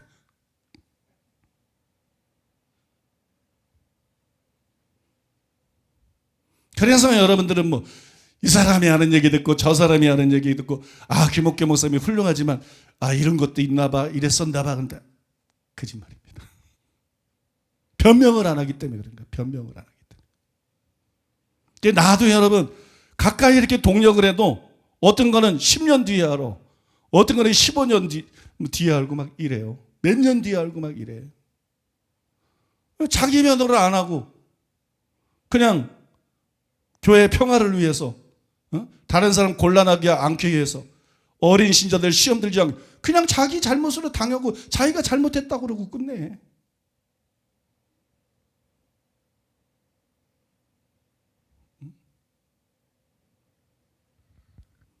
나는 뭐 이렇게 김옥경 목사님을 개척 초기부터 이렇게 가깝게 지내와서 그 됨됨이를 알기 때문에 믿고 신뢰를 하지만, 김옥경 목사님이 옛날부터 교회에 대해서, 자기에 대해서 안 좋게 생각하는 사람들이 많다, 뭐 그런 메일도 들으면 난 이해가 안 가더라고. 누가 그래? 누가? 이해가 안 가더라고. 여러분, 거짓말하는 거 악한 것입니다. 믿습니까? 거짓말하는 거 잘못된 겁니다. 여러분들이 김옥경 목사님 대해서 뭐 오해한 거 있으면 싹 버리시기 바랍니다. 싹 버리시기 바랍니다. 내가 말한 것만 믿으면 돼. 혹시라도 무슨 떠돈 얘기나 뭐 들은 거 있으면 그거는 그냥 참소하는 사탄이 또 짓거리는구나, 그렇게 생각하면 돼. 믿습니까? 누가 제일 잘 알겠어요? 우리 사랑하는 교회에서 김옥경 목사님을 누가 제일 잘 알겠어요? 신재호 장로님 빼고 내가 제일 잘 알지. 그죠? 동역자로서 내가 제일 잘 알지. 가까이 그렇게 오랫동안 동역하고 그랬는데 어떤 사람인지 내가 제일 잘 알지. 제가 바보가 아닙니다. 제가 판단하고 제가 말하는 게 맞아요. 제가 판단하고 제가 말하는 게 맞아. 또 나도 거짓말하는 스타일이 아니고. 그러니까 여러분, 나온 김에 이런 얘기도 한번 하는 게 좋을 것 같아. 그래서 그냥 혹시 어느 구석에, 뭐 어느 일부에라도 이런 게 있다면 그냥 싹, 사탄이 뿌려놓은 것들은 싹 처리해버리고, 그리고 탄압돼서 나가는 거 좋지 않나요? 안 좋나요? 어디까지 얘기했어요? 예수님 당시 때, 한편 예수님 당시 때 그 유대인의 한 종파였던 에세네파는 예수님이 기대하는 수준으로 실제로 정직한 삶을 살았어요. 에세네파를 잘 알았던 사람이 요세푸스인데, 이 유명한 역사가 요세푸스는 그들의 진실성을 뒷받침하는 굉장히 멋진 증언을 했습니다. 이런 증언을 했어요. 그들이 하는 말이라면 모두 맹세보다 더 강력하다. 그러나 그들은 맹세하는 것을 피한다. 그리고 그들은 그것을 서약을 깨트리는 것보다 더 나쁘게 생각한다. 왜냐하면 하나님께 호소하지 않고는 도무지 신임을 얻지 못하는 사람이라면 이미 유죄인 것으로 판단하기 때문이다. 그래서 이 에세네파 사람들은 유대교인이죠. 예수님 당시 유대교인. 그런데 우리가 하물며 예수님의 제자들인 우리들이, 그리스도인인 우리들이 이들보다 못하면 되겠어요? 당연히 여러분 이들처럼 정직해야 됩니다. 그리고 당연히 이들 이상으로 정직해야만 돼요. 굉장히 조심하셔야 되는데요, 정직은 선택사항이 아니에요. 반드시 정직해야 됩니다. 우리는 반드시 정직해야 돼요. 왜냐하면 그것이 영원한 운명을 가르기 때문이에요. 물론 여러분, 맹세에 대한 주님의 가르침에 보면 살인이나 간음에 대한 가르침에서처럼 마음으로 살인하고 마음으로 간음해도 지옥불에 던져진다, 이런 경고가 없어요. 그죠? 맹세에 대한 가르침엔 그런 경고가 없어요. 근데 잊지 말아야 될 게 뭐냐면, 마귀가 누구냐? 마귀가 누구냐? 거짓말쟁이, 거짓의 아비. 자기만 거짓말쟁이가 아니라 거짓의 아비, 거짓을 계속 생산해내고 부추기고 사람들로 하여금 거짓말하게 하는 존재. 성경에 마귀가 제일 처음에 나온 게 창세기 3장이잖아요. 땅 무대에 나오자마자 거짓말하잖아. 아담한테 거짓말하잖아. 하와한테 거짓말하잖아. 인간을 속게 만들고 착각하게 만들고 범죄하게 만들잖아. 예수님이 요한복음 8장 44절에서 너희 아비가 마귀다 그러면서 그는 거짓말쟁이요 거짓의 아비다. 이게 무슨 말입니까? 거짓말쟁이들은 마귀의 자식이라는 거예요. 하나님은 거짓말할 수 없는 하나님이에요. 하나님의 말씀은 무조건 아멘입니다. 하나님은 진실하시기 때문입니다. 그래서 말씀에서 믿음이 나오는 거예요. 하나님의 말씀을 통해 믿음이 생겨나는 거예요.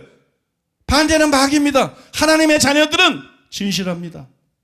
맹세할 필요가 없을 정도로 진실합니다. 마귀의 자녀들은 거짓말합니다. 거짓말을 단순하게 생각하지 마세요. 누가 거짓말한다 이러면 굉장히 심각하게 생각해요. 여러분 자녀들이 거짓말한다 그 단순하게 생각하면 큰일 납니다. 자녀들이 거짓말한다 심각하게 생각해야 됩니다. 남편이 거짓말한다 그거 보통 심각한 거 아니야. 아내가 거짓말한다 그거 보통 심각한 거 아니에요. 여러분 하물며 목사가 거짓말한다, 교회 직원들이 거짓말한다 보통 심각한 거 아닙니다. 여러분 그게 여러분 표시로 드러나는 거예요. 마귀에게 속했다는, 하나님에 속한 자가 아니라 마귀에게 속했다는 표시로 드러나는 거예요. 그게 아브라함도 거짓말했죠. 그거는 어쩌다가 살기 위해서 그죠? 생명의 위협을 느껴서 하와가 너무 사라가 너무 이뻐가지고 사라가 너무 이뻐서 막 90이 넘은 할마시를 왕이 자기를 죽이고 뺏어갈 수도 있어. 그렇게 이뻐. 우린 그런 걱정 안 하고 살아. 근데 여러분 그래서 여러분 생명의 위협이 막 느껴지니까 그죠? 생명의 위협이 되니까 어쩌다가 진짜 거짓말한 거죠. 뭐 이렇게 거짓말하고 이런 게 아닙니다. 여러분 그런 어떤 거짓말을 진짜 어쩌다 한 번 한 거 가지고 넌 큰일 났어. 넌 마귀의 자식이야. 넌 네 정체가 드러난 거야. 이러면 또 안 돼요. 근데 여러분 거짓말을 주기적으로 한다, 거짓말을 가끔 한다, 이건 굉장히 위험한 겁니다. 이건 소름 끼치는 겁니다. 이건 마귀에게 속했다는 거예요. 마귀에게 속한 자가 어디에 가겠어요? 마귀와 그 사자들을 위해 예비된 영영한 불로 들어가라. 그 사람들의 운명이에요. 그 사람들의 운명. 그래서 여러분 성경에 이런 경고가 나오는 거예요. 계시록 21장 8절에 보면 거짓말하는 모든 자들은 불과 유황으로 타는 못에 던져지리니 이것이 둘째 사망이라. 거짓말하는 모든 자라 그랬어요. 거짓말하는 자 모든 자. 22장 15절에도 거짓말을 좋아하며 지어내는 자마다. 현대 종교가 얼마나 말 잘 지어내. 교회와 신앙 교단들은 무슨 소설가들 같아. 그죠? 우리 교회에 대해서 글 쓰는 거 얼마나 말 잘해. 이런 것들은 다 지옥입니다. 성경에 그 사람들 지옥 간다고 나와 있는데 뭘. 남을 공격하기 위해서 사실이 아닌데 말을 막고 지어내는 거. 그리고 인터넷에 글 올리고 이것들은 다 지옥입니다. 회개치 않으면. 그러니까 우리가 너무 그 사람한테 화낼 필요 없어. 어차피 지옥에 가서 영원히 몸부림칠 거를 불쌍히 여기지 뭘 화를 내고 그래. 그죠? 그럴 필요도 없어요. 거짓말하며 지어내는 자는 다 성 밖에 있으리라. 그러니까 여러분 오늘 말씀을 통해서 제가 그랬잖아요. 오늘 뭐 굉장한 말씀하는 거 아니야. 맹세에 대해서 예수님이 하신 말씀을 좀 살펴보는 건데요. 이 말씀을 통해서 가볍게 성경 공부하면서 궁금했잖아. 왜 머리로 맹세가 뭐 머리털이 이건 또 무슨 얘기지 궁금했는데 속 시원하게 알게 됐잖아요. 그죠? 이게 가볍게 성경 공부하는 거죠. 가볍게 성경을 공부하면서 무겁게 도전을 받아야 된다. 왜냐하면 거짓말은 안 된다. 거짓말을 작게 생각하면 안 된다. 거짓말을 용납하면 안 된다. 거짓말은 뿌리 뽑아야 된다. 믿습니까? 거짓말은 뿌리 뽑아야 된다. 목회자들도 뭐 자기가 되게 잘못해서 물어보면 겁나니까 거짓말하고 그래. 안 돼. 잘못한 것보다 그게 더 나빠. 잘못한 것보다 그게 더 나쁘고 난 그걸 더 나쁘게 생각해. 절대로 여러분 거짓말하면 안 돼요. 여러분 거짓말을 완전히 뿌리 뽑고 잘라내버리는 이 시간 되시기를 바랍니다. 우리나라 사람들은요 문제가 뭐냐면 거짓말을 너무 잘해. 우리나라 사람들 거짓말 참 잘합니다. 많은 사람들이 거짓말을 단순히 뭐 상술이나 처세술로 여겨. 장사들이 다 미치고 산대, 미치고 판대. 장사들이 다 정신병자겠어? 미치고 왜 팔어? 안 팔고 말지, 그죠? 그러니까 이 거짓말이 그냥 상술이나 처세술 이런 것처럼 생각해. 여러분 거짓말하면 안 돼요. 근데 믿는 자들도 별반 다르지 않아요. 심지어 목사들도 예외가 아니에요. 뭐 아까도 말씀드렸지만 통합이나 백석을 비롯해서 여러 교단들, 이단 세력군들 만드는 그런 잡지들 또는 기독교 언론들 보면 얼마나 십몇 년 동안 지금까지도 그냥 우리 교회에 대해서 맨날 쓰면 거짓말 아닙니까? 그냥 뭘 썼다 그러면 거짓말이야. 옛날에는 몰라서 그럴 수도 있다 그러지. 통합 사면위를 통해서 통합이 거짓말로 우리를 음해했고 우리는 희생자라는 것이 백일하에 드러났어요.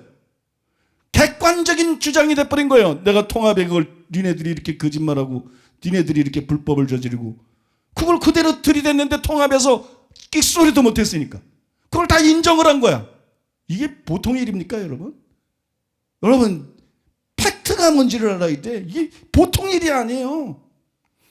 통합과 한국 교단들이 우리 교회에 대해서 거짓말하고 범죄했다는 게 통합 사면위를 통해서 내가 드린 문서하고 거기서 하나도 반박 못하고 왜 우리 교단이 거짓말했다 그러냐? 가만히 있겠어요 여러분?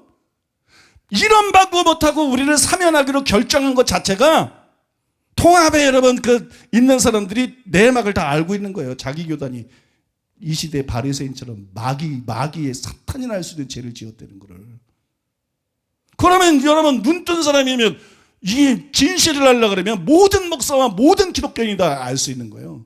그 다음에 한기총에서 뭐라 그랬어요? 음해라 그랬잖아요. 음해. 조사. 그래서 한기총이 적어도 옛날보다는 세력이 약해졌어도 80개, 90개 교단이 모여있는 단체입니다, 여러분.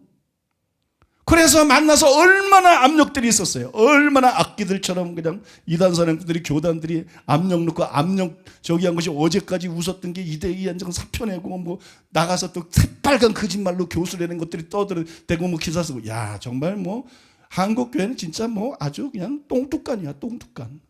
쓰레기장도 저런 쓰레기장이 없어. 경악했어요. 경악하는 짓거리들 보고 내가 저것들이 목사야 저것들이 뭐 신학대학 교수야?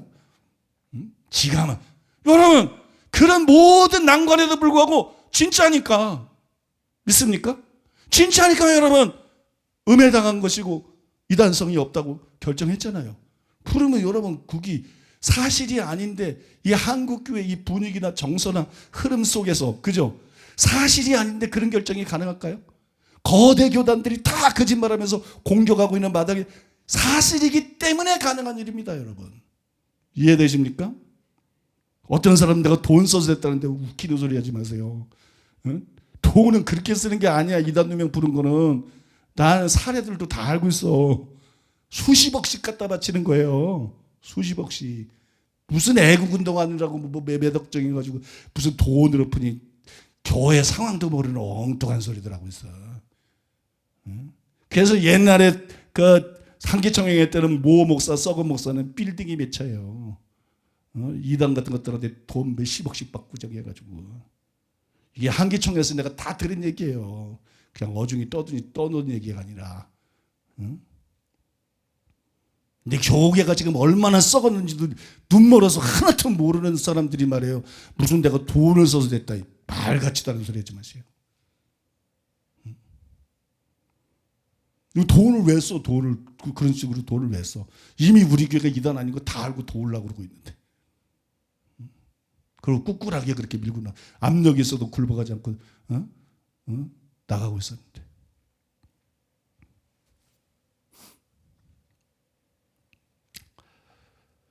그게 다 드러났는데도 지금 뭐 어느 목사나 교단이나 언론이나 공개적으로 사과한 데 있어요? 공개적으로 발언 잡은 데 있어요? 그 말했잖아요. 처음부터 이들은 진실에 관심이 없어요. 이거는 초등학생이라도 이제 진실이 뭔지 알려면 알 수 있어요? 일방 주장이 아니기 때문에. 특히 속토와 사면위 같은 거는 결정적인 것이기 때문에. 응? 아니, 내가 너희들이 이렇게 거짓말했잖아. 니들이 이렇게 불법 저질렀잖아. 그걸 거기서 한마디도 못하고 끽소리 못하고 그죠? 그 다음에 나중에 사면 결정을 했는데 그때 누가 봐도 그게 상대가 거짓말로 음해한 거지. 그죠? 우리를 이단이라고 제일 먼저 때린 게 바로 저 못된 통합인데. 아니 통합 그 교단이 상대로 그렇게 일이 일어난 건데. 근데 왜 한국교회가 아무 일도 없냐는 거야. 한기총회에 들어가도 왜 아무런 변화가 없냐는 거야. 왜 내 책은 기독교 수련회 못 나가냐는 거야. 왜 나는 CBS 못 나가고 CTS, 나 설교 지들보다 훨씬 잘하는데? 응? 아니 지들보다 10배, 20배, 100배는 더 영혼들 깨우고 살릴 수 있는데 왜 이상한 것들 죄다가 나와가지고 막 장소파리처럼 떠들고 참 이상하게 기독교 이미지 이상하면 왜 내 설교를 안 내보내?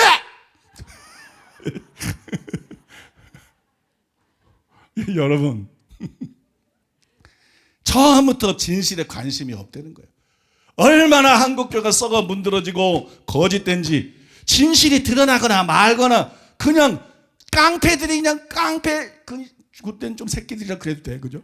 그 깡패 새끼들이 그냥 침으로 쪽수는 물이 난 것처럼 통합이 지금 그 짓하고 있고 합동이 그 짓하고 있고 백석 고신 이런 교단들이 그 짓하고 있는 거예요. 지금 그 깡패 짓하고 들어가 있는 거예요. 지금 그러니까 얼마나 교회가 썩어 문드러졌으면 같은 교회를 상대로 같은 형제를 상대로 그 짓을 10년을 넘게 하겠냐고. 그 짓을 10년 넘게 해요. 내가 지난주에 보니까 어떤 성도님이 뭐 다른 교회 뭐 목사님이 뭐 사모님이 뭐 또 뭐 인터넷에 보니까 그 이단 사냥꾼들이 그 기레기들이 쓴 쓰레기들 그런 글들을 뭐 링크까지 4개를 해놨어. 링크까지 4개를 해서 고민이 된다고 글을 올렸어. 그래서 내가 그냥 고민이 되든 말든 네 맘대로 해라고 내려버렸어. 그건 예의가 아니거든. 예의가. 그게 뭐 하는 짓이야? 그게 우리 교회 성도랬는데. 제정신이야? 그게 뭐 하는 짓이야? 왜 우리 교회를 지금까지 다닌 사람이 진실을 몰라요? 응? 통합 사면이니 뭐니 그런 책들도 다 나눠줬는데 무슨 증거가 더 이상 필요해 세상에? 그 이상의 무슨 증거가 필요해? 통합 사면이 위원장이 거기 그 진실에 대해서 내가 말한 게 아니라 하도 기가 막혀가지고 사면 백서를 써서 그 책에서 실통한 것까지 다 거기 돼 있는데 그거를 그 당시 알던 기독교 언론들도 수많은 언론이 동조해서 기사를 실은 거 거기 다 올려. 도대체 뭐 이 땅 위에서 무슨 더 이상의 무슨 증거가 필요해? 더 이상 무슨 증거가 필요합니까? 근데 뭐 우리 교회 다니면서 뭘 읽은 거야, 망한 거야. 거기에다 그냥 고민되면 고민되는 거나 쓰면 되는 거지. 무슨 그냥 쓰레기들이 쓴 이단 사람들 새빨간 거짓말쟁이들이 쓴 그걸 링크를 4개씩이나 해놓고 무슨 상담을 그딴 식으로 하는 거예요? 나 참 어이가 없더라고. 어이가 없어요. 그래서 그냥 내려버렸어요. 그 되십니까? 아무튼 여러분 그래서 내려버렸는데 제가 그걸 하면서 한동안 망연자실 했어요. 참 어이가 없다. 어이가 없다. 응? 어이가 없다. 그때 그런 생각이 들더라고요. 그런 생각이 들어요. 그래. 이게 참 비정상적으로 보이지만 그래도 아직도 우리 교회 나온 지 얼마 안 된 사람이나 또 우리 설교 영상을 듣는 사람이나 그런 사람들은 인터넷에 지저분한 글들이 많이 올려지 지금은 많이 내렸어요. 그 법무부 장관은 그 김순규 장로님이 저에 대해서 확실히 알기 때문에 저에 대해서 나쁜 글들을 전부 변호사들을 통해 가지고 계속 몇 년 전부터 내리고 있어요. 법적으로 내릴 수 있는 것들은 그분들이 변호사를 통해서 전부 다 내리고 있어요. 그게 많이 내렸는데도 아직도 있어요. 또 새로 올리는 것들도 있고 막 새로 올리는 것도 있죠. 그래서 이런 걸 보고 혼란스러워하는 사람들에게 아니 내가 여지껏 이단 시비에 관해서 책을 쓴 것만 해도 5권이야. 설교하기도 바쁜데 그냥 이단 시비에 대해서 책을 쓴 것만 해도 5권이라 그거 읽어보면은 정말 밑바닥까지 내가 겪은 걸 다 들여다볼 수 있게끔 써놨는데 그래도 뭐 이런 상당글이 올라오니 진짜 그런 사람들이 있는가 보다. 아직도 막 그런 글들 보면 헷갈리는 사람이 있는가 보다. 그럼 내가 이 사람들한테 도대체 뭐라고 말을 하지? 그럴 때 떠오르는 생각이 있더라고. 그럴 때 떠오르는 생각이 있어요. 그게 무슨 생각이었냐면요. 첫째, 그런 글들을 읽지 말라. 그건 쓰레기다. 나도 안 읽고 당사자인 나도.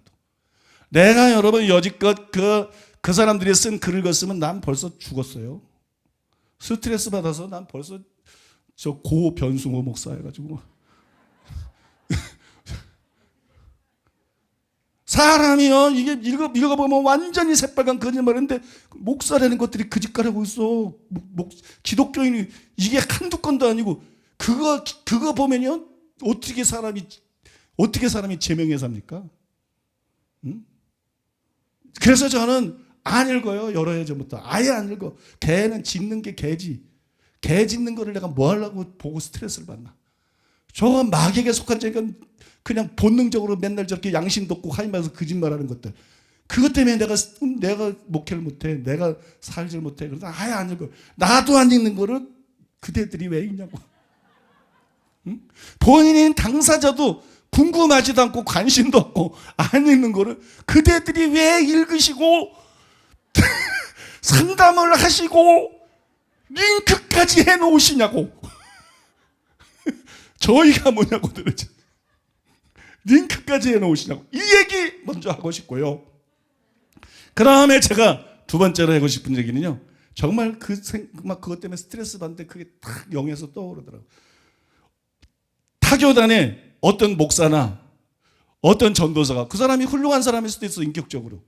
바리새인도 훌륭한 사람 많아요. 바리새인도 훌륭한 사람 많습니다, 여러분. 영의 세계는 인격적으로 훌륭하다 아니다 이런 거로 다 결정되는 게 아니에요. 그 목사님이 인격적이고 뭐 훌륭할 수도 있어요. 그 전도사님이 아주 좋은 사람도 있어요. 그런데 이단 사냥꾼들의 그 거짓말, 교단들의 그 거짓 결정에 의해 가지고 그 사람들은 또 한계층 결정은 신경도 안 써. 통합해서 그런 것도 신경도 안 써. 웬 고리짝 그런 얘기들을 가지고 막 그 교회 이단이라 그러던데 그 교회 말이 많던데 그 교회 문제가 많은데 우리가 무슨 신사도 운동을 해. 신사도 운동하는 교회는 그냥 내버려 두고 형이 큰 교회 목사니까 내버려 두고 신사도 운동 반대하는 책을 4권이나 쓴 나는 신사도 운동한다고 계속 떠들었어. 그러니까 이것들은 이성 없는 짐승 같거든. 간단히 얘기해서. 이성 없는 짐승들 같아. 그래서 근데 왜 하필이면 왜 그 교회를 갔느냐. 그 교회 가지 말아라 그러면 우리 성도님이 또 목사님을 전하면 헷갈린다고. 그때 바로 그때 여러분이 해야 될 일이 있어요. 그 목사님의 설교를 들어보세요. 난 자신 있게 예수님의 이름으로 자신 있게 말할 수 있어요. 그 목사님이 설교를 어떻게 하나 들어보세요. 당신이 훌륭하다고 생각하는 그 목사의 설교를 한번 들어보세요. 당신이 훌륭하다고 하는 그 전도사의 설교를 들어보세요. 그리고 내 설교하고 비교해 보세요. 비교가 되나? 잽이 되나? 비교가 되나? 어떤 것이 정말 성경적인가? 어떤 것이 정말 깊은 진리인가? 어떤 것이 정말 영혼을 살리는 말씀인가? 그 말씀, 성경을 기준으로 해서 나는 자신 있게 예수님의 이름으로 말해. 우리 교회에 대해서 허튼 소리하는 그 목사의 그 말을 듣지 말고 그 사람의 설교를 들어봐라. 얼마나 그가 허당인가? 얼마나 그가 미련하고 어리석고 교리에 속고 얼마나 말씀이 깊이가 없는가? 지금부터 해보세요. 난 자신 있어요. 지금부터 해보세요. 우리 교회에 대해서 헛소리 떠드는 그 목사들의 설교를 성경을 펴고 들어보세요. 참고 들어줄 수 있는 수준인가? 우리 교회 설교를 듣고 은혜 받던 성도들이 참고 그걸 정말 들어줄 수 있는 수준인가? 그런 수준의 목사라면 그런 소리 안 할 겁니다, 여러분. 그러니까 왜 갖다 대지도 못할 수준의 목사의 말을 가지고 감히 나나 우리 교회를 판단하냐는 거예요. 상대가 되는 걸 무슨 얘기를 듣든지 말든지 해야 되는 거지. 옆에 갖다 붙이지도 못할 걸 그런 사람들의 그걸 목사라고 그것도 전도사라고 그런 말을 듣고 난 다음에 흔들리고 그냥 그렇게 흔들려면 딴 교회 가라는 거야. 나는 그렇게까지 붙고 싶지 않아. 나의 할 일도 많고 근데 거기서 그게 무슨 목사가 그랬다고 흔들리고 무슨 전도사가 그랬다고 흔들리고 그럼 내 설교는 지금까지 뭐 들은 거야 도대체? 설교가 증거해 주는 거 아니에요, 여러분? 설교가 증거해 주는 거 아닙니까? 성경적이고 우리 심정을 변화시키는 설교, 그게 증거해 주는 거 아니에요? 내 영혼이 변화되고 구원받고 천국 갈 준비되고 그게 이단이면 대한민국 교회가 다 회심해서 이단대이지. 믿습니까? 빨리 영락교회부터 소망교회부터 다 회개하고 이단되기 전 한국교회 이단되기 운동을 벌여야지. 사람들 지옥 보내는 수많은 영혼들 지옥 보내는 그런 죽은 정통이 뭐가 필요하냐고. 할 수 있는 많은 영혼들 사람 살려서 천국 보내는 기독교가 그것 때문에 있는 거지. 믿습니까? 예수님이 그것 때문에 죽은 거지. 아니, 내가 열이 받쳐가지고 말 잘 못하는 거 봐봐요. 나 이 얘기 해주고 싶었어요. 내가 딱 그랬는데 성령께서 야, 그 뭘 여러 가지 얘기하냐? 야, 그걸 뭘 여지껏 설명했으면 되지. 책이 몇 권인데. 거기다가 카페에 올려진 글이 몇 개인데. 한기총 그것도 한 게시판이 있어가지고 그냥 과정을 싹 다 올려서 지금 눈이 있으면 읽어보면 다 확인할 수 있는데 그걸 뭘 상대를 하냐? 그냥 한마디 해라. 너와 너희 교회를 비판하는 그 목사의 설교를 들어보고 그 수준이나 보고 얘기하라고. 그 수준이나 보고 얘기하라고. 그러면 스스로 분별이 될 거라고.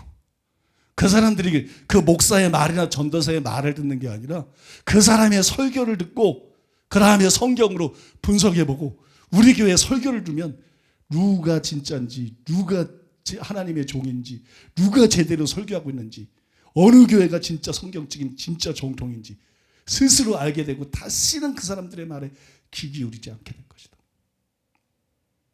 그러라고 그래라.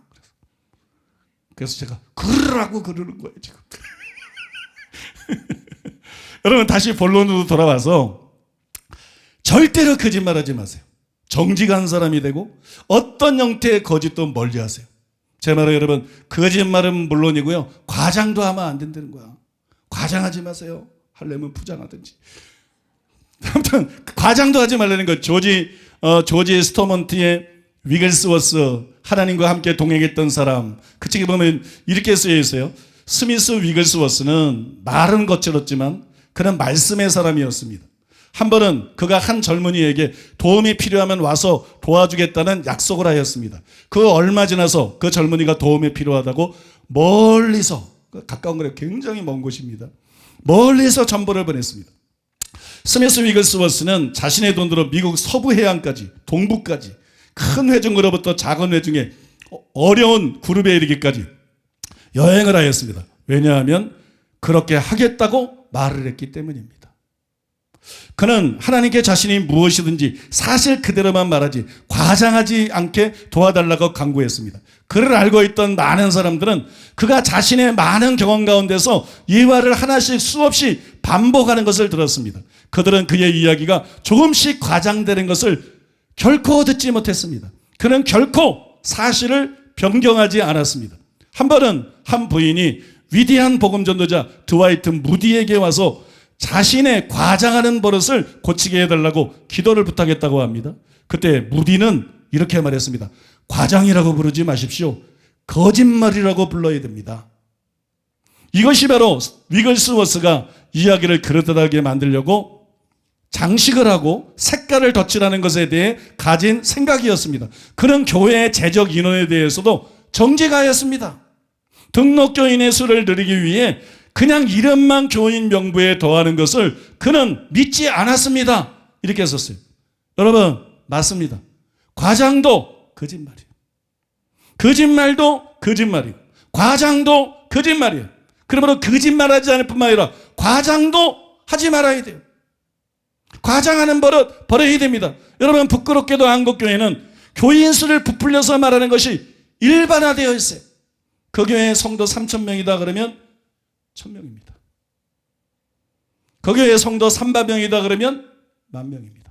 이게 양심적인 교회들이에요.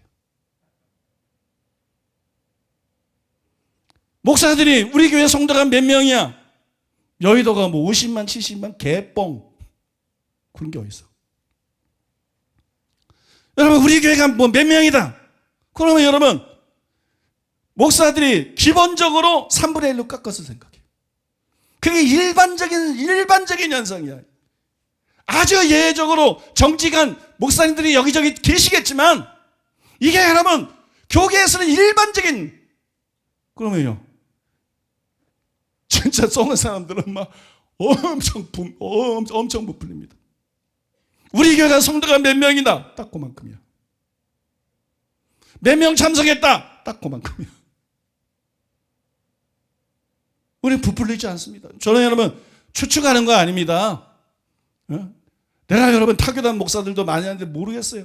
들어서 다 알아요. 기자들한테 다 아는 얘기하는 거. 심지어 저는 추측하는 거 아니고요. 내가 어느 교단인지는 말 안 하겠는데, 이 목사하고 교인 수가 많아야 이 총회 갈 때 총대 수가 많아지잖아요. 그래야 표가 많이 나오고 자기가 당선될 가능성이 높잖아요. 그러니까 그 노예 교인 수를 2배, 3배로 확 부풀려서 총회 보고를 합니다. 그래서 총대 몇 명. 내가 직접 들은 얘기. 우리가 한기총회에 들어갈 때도 한기총회에 들어가려면 교인 수가 있어요. 교회 수. 근데 우리가 그 교회 숫자가 안 됐어. 한기총회에서 그냥 그렇게 써라 그래서. 왜냐면 그때 300교회인가 200교회인가 300교회인가 교회 수가 200개인가 300교회인가가 안 되면 한기총 교단으로 가입이 안 돼요. 근데 우리가 안 됐어. 근데 한기총에서 다들 그렇게 한대.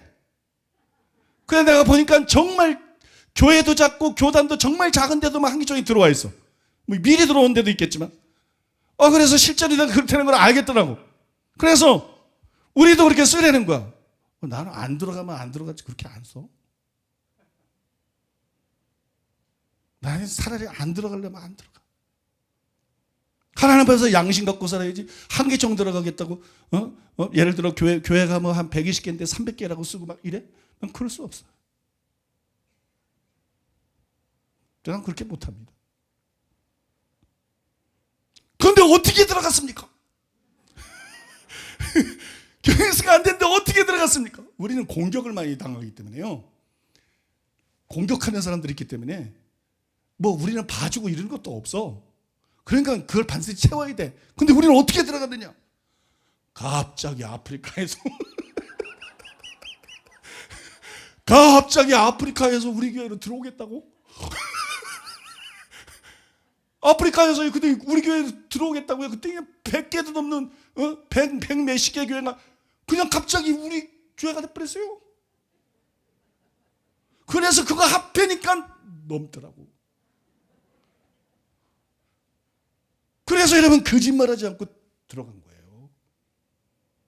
야 하나님 나도 아주 그냥 그 시기가 딱 기가 막혀. 딱 그때야. 시한도 거의 끝나갈 때. 그때 아프리카에서 딱 몇 교회가 들어오겠다고 보고가 딱 들어왔어. 그래서 우리 교단은 몇 교회입니다.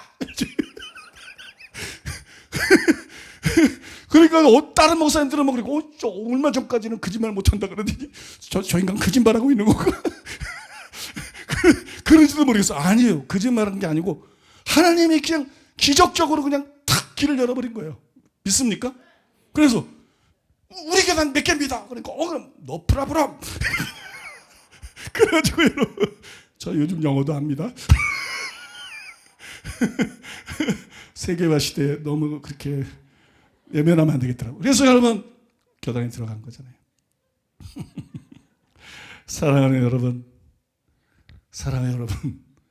이 시대 흐름이 어떻게 흘러가든지 교단들이 어떻게 하든지 목사들은 어떻게 하고 다른 교회 신자들은 어떻게 하든지 그 신경 쓰지 마세요. 우리는 정직해야 됩니다. 거짓말하면 안 됩니다. 과장해도 안 됩니다. 맹세, 진실한 맹세라는 것이 아니라 맹세가 필요 없을 정도로 진실해야 됩니다. 우리 말은 그냥 그대로 믿을 정도로 우리가 말하면 내가 말한 거기 때문에 그대로 믿을 정도로 진실해야 됩니다. 믿습니까? 제가요 화를 잘 안 내는데 요새는 화를 잘 안 내. 옛날에는 화를 잘 냈어. 그게 이제 산상수훈하면서 맨날 화내고 살 수는 없으니까 화부터 때려잡아야 된다. 요새 이제 화를 잘 안 내. 생글생글 웃고 화를 잘 안 내. 근데 옛날에 내가 화를 잘 낼 때 뒷담 화난 적이 있어요.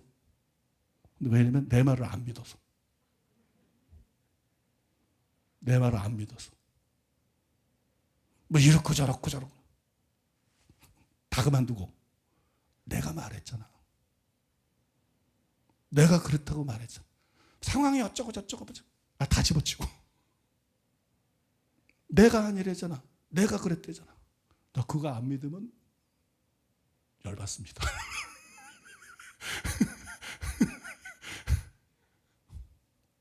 무슨 얘기인지 아죠? 내가 무슨 거짓말하고 살았냐? 내가 니는 내가 거짓말하는 사람으로 보이냐? 중고고 뭐고 다 소용없어. 뭐 딴 얘기고 다 소용없어. 내가 그렇대잖아. 너 난 몰라? 내가 그렇대잖아. 그럼 그걸로 끝난 거지. 뭐가 그렇게 말이 많아? 여러분, 그런 사람이 돼야 된다는 겁니다. 그렇게 자신 있게 말할 수 있는 화내는 건 받지 말고 여러분, 그런 사람이 되라는 것입니다. 우리 오늘 들은 말씀 기억하면서 하나님 앞에 기도하겠습니다.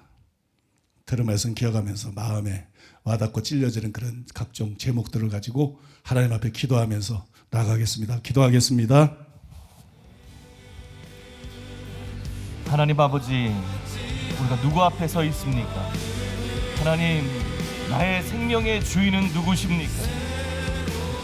나의 말에 목소리만 듣는 것이 아니라 내 폐부를 감찰하시고 내 심장을 살피시고 내 폐부를 시험하시는 분, 나의 하나님, 나의 모든 것을 알고 계시고 그 하나님 앞에 내가 설 것인데, 나의 생명의 주님 되신 그 하나님 앞에 설 것인데, 하나님, 오늘 말씀을 통해서 너는 정직한 자가 되어야 된다, 나를 닮은 자가 되어야 된다, 나의 진실함을 닮는 나의 사람이 되어야 된다 말씀하시는 주님, 그 말씀 앞에 떨게 하여 주시옵소서. 하나님, 사람들이 평가하고 인정하는 것이 무슨 소용이 있습니까? 하나님이 나를 아시고 하나님이 오늘이라도 나를 부르시면 나는 그 하나님 앞에 서서 내 실체를 드러내야 되는데, 내 실체로 서야 되는데, 하나님, 오늘 이 말씀을 통해서 나의 심령, 나의 삶을 돌아보게 하여 주시옵소서. 하나님, 나는 하나님 앞에 설 준비가 돼 있습니까? 하나님, 나는 진짜 하나님의 사람입니까? 하나님을 경외하는 사람 되게 하여 주시옵소서. 하나님 말씀을 들을 때마다 마음이 가난하고 하나님의 말씀이 찌를 때마다 중심에 통회하고 하나님을 경외하기 때문에 하나님의 말씀 앞에 떨 수 있는, 상황 앞에 사람 앞에 떠는 게 아니라 하나님의 진리의 말씀 앞에 떨 수 있는 저희들 되게 하여 주시옵소서. 하나님, 우리 입술에 바수꾼을 세워 주소서. 하나님, 옳다면 옳고 아니다면 아니다 할 수 있는, 하나님, 우리 그 삶 자체가 예수 그리스도를 닮아갈 수 있는, 진실하신 하나님을 닮아서 우리의 삶이 진실해질 수 있는 시간이 가면 갈수록 주님이 우리를 보고 너는 나를 닮아가고 있구나, 너는 진짜 나의 완전함을 향해서 너도 은혜를 구하며 달려가고 있구나, 너는 내 딸이다, 너는 내 아들이다, 내가 너를 기뻐한다 말씀하실 수 있는 그런 저희들 되게 하여 주시옵소서. 하나님, 무엇이 우리의 소원입니까? 주님 닮고 싶습니다. 주님 닮고 싶습니다. 주님의 온전하신 처럼 나도 그렇게 살고 싶습니다. 성령님, 오늘의 말씀이 우리의 심령에 빛이 되게 하시고 검이 되게 하시고 방망이가 되게 하셔서 실제로 우리의 삶을 부수고 비추고 주님 뜻대로 살 수 있는 존재로 빚어질 수 있도록 은혜를 부어주시옵소서. 은혜를 부어주시옵소서.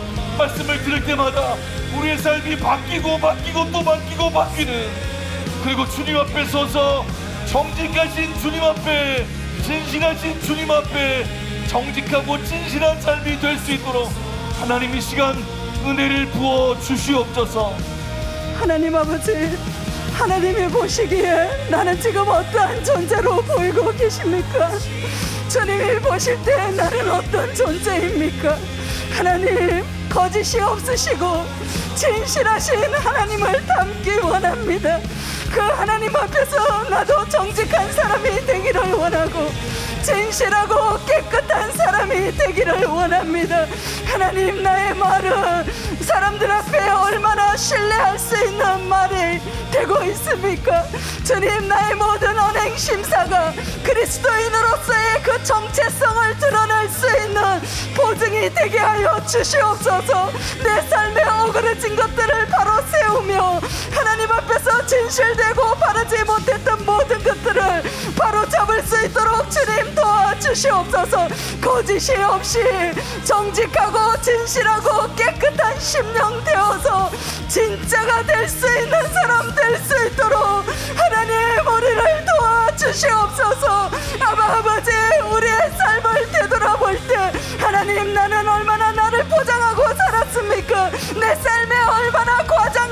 소식이 있지는 않았습니까? 하나님 아버지 깨끗하게 하소서. 하나님 아버지 바르게 의롭게 살게 하소서.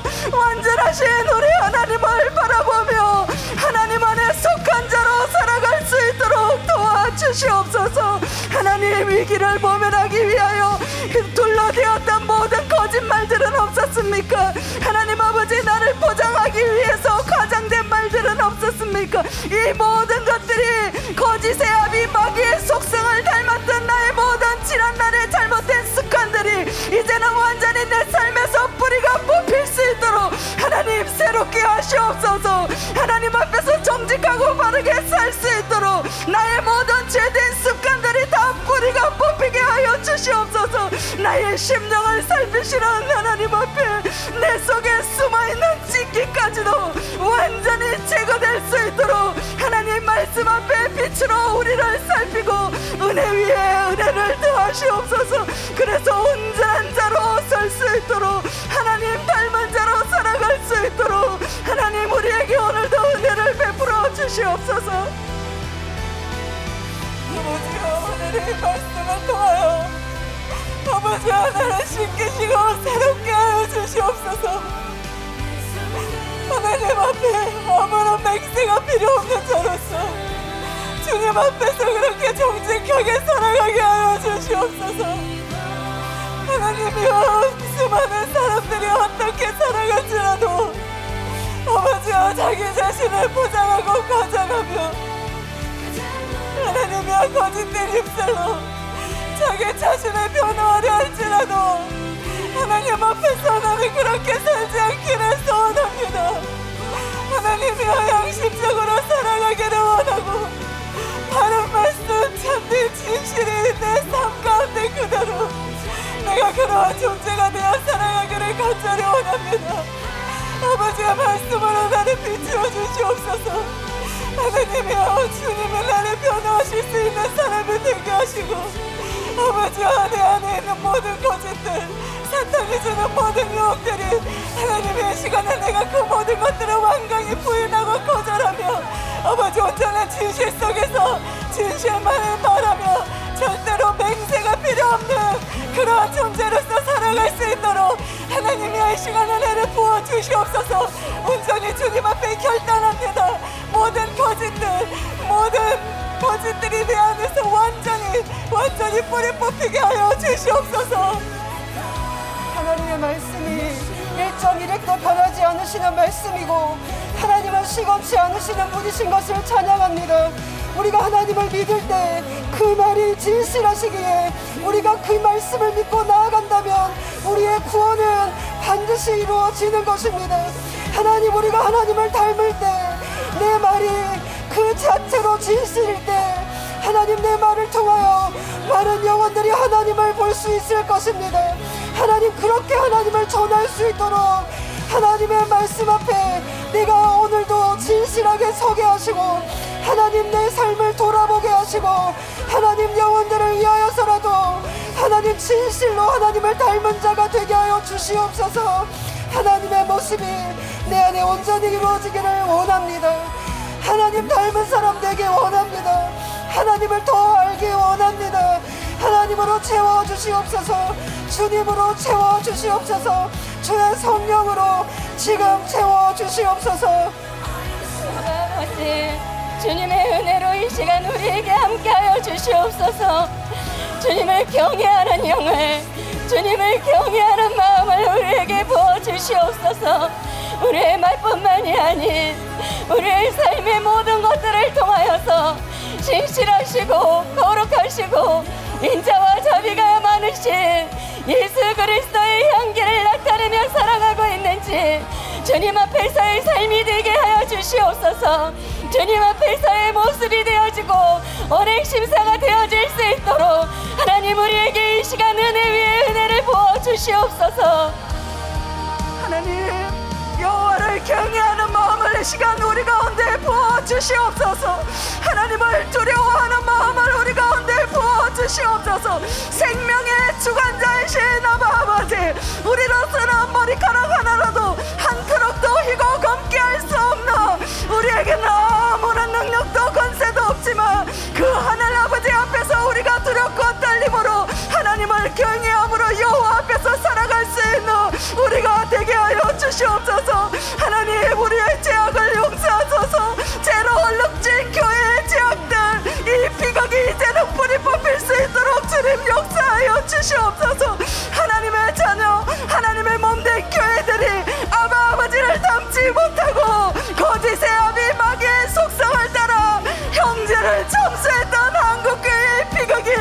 이제는 완전히 뿌리 뽑힐 수 있도록 이 비극이 아버지 이제는 끝날 수 있도록 한국교회를 용서하시고 아버지 주님 역사하여 주시옵소서. 사랑하는 교회가 당했던 수많은 거짓된 음해로 말미암아 얼마나 많은 영혼들이 피해를 보며 얼마나 많은 영혼들이 진리 가운데로 나오지 못했습니까? 아버지 이 무서운 죄의 범죄가 이제는 한국교회에서 뿌리 뽑힐 수 있도록 하나님 우리를 용서하시고 이 한국교회를 새롭게 빚어가시옵소서. 거짓이 없으시고 정직하고 진실하신 하나님의 법을 두려워하며 그 하나님 앞에서 그리스도의 몸된 교회로서의 역할을 감당할 수 있도록 하나님 역사하여 주시옵소서. 우리 교회에 대한 모든 음해들 하나님 완전히 뿌리 뽑히고 사라지게 하소서. 그리하여서 수많은 영혼들을 진리 가운데로 이끌어갈 수 있는 교회 될 수 있도록 이 사명 감당할 수 있는 교회로 우뚝 설 수 있도록 하나님 역사하여 주시옵소서. 아버지여, 거짓말하는 이는 하나님 앞에 설 수 없습니다. 거짓된 자는 하나님 앞에 나아갈 수 없습니다. 아버지여, 이 시간에 이 말씀을 듣는 모든 사람들에게 하나님이여 회개의 영을 부어주시옵소서. 모든 거짓된 혈은 하나님 앞에 회개하며 거짓된 마음과 생각들 자기를 스스로 속이며 사람들 앞에 스스로 속이며 하나님을 속일 수 있다 생각하는 모든 것들이 이 시간 완전히 다 사라지게 하여 주시옵소서. 하나님을 믿고 하나님을 섬긴다 하면서 하나님이여 거짓과 짝하고 못하여 살아가지 않게 하여 주시옵소서. 모든 악한 습관들이 이 시간 완전히 뿌리가 뽑히고 하나님 앞에 온전히 진실되고 하나님의 성품 그대로 살아갈 수 있는 하나님이여 우리가 그러한 사람 될 수 있도록 한국교회가 그러한 교회가 될 수 있도록 하나님 은혜 베풀어 주시옵소서. 모든 교회가 하나님 앞에 영혼들 앞에 바르고 진실하게 설 수 있도록 주님 도와주시옵소서. 하나님 오늘 말 한마디 한마디가 하나님의 이름을 망령되게 할 수 있다는 것을 기억하게 하소서. 오늘 내 삶을 돌아보고 회개하고 돌이킬 뿐만 아니라 하나님 속지 않게 하여 주시옵소서. 거짓에 절대로 속지 않게 하여 주시옵소서. 분별할 수 있는 지혜를 하나님의 말씀을 주시옵소서. 하나님 이 땅 가운데 하나님의 정의와 공의가 바르게 세워질 수 있도록 하나님의 사람들로 우리가 온전히 변화될 수 있도록 하나님 은혜를 부어 주시옵소서. 진실된 아버지, 우리가 진실된 하나님 앞에서 생하는 삶으로 인도하여 주시옵소서. 우리가 이 땅에 살아가면서 언젠가 아버지 앞에 할 것입니다. 그 모든 것을 아시는 진실하신 거룩하신 하나님 앞에 설 때 진실로 아버지 앞에 거짓됨이 없는 부끄러움이 없는 삶을 살다가 하나님 앞에 갈 수 있도록 우리와 이 땅의 그리스도인들과 교회들을 하나님이 축복하여 주시옵소서. 이 모든 말씀 우리 주 예수 그리스도의 이름으로 기도합니다. 아멘. 이제 담임 목사님께서 나오셔서 드려진 예물에 축복해 주시고 축도로 주일 1부 예배를 마치겠습니다. 기도하겠습니다. 아버지 하나님, 아버지 하나님의 사랑과 은혜를 생각할 때 감사드리고 찬송드리고 찬양드립니다. 어떤 죄든지 죄를 심상히 여기는 것이 지옥으로 미끄러지는 미끄럼틀인 줄로 압니다.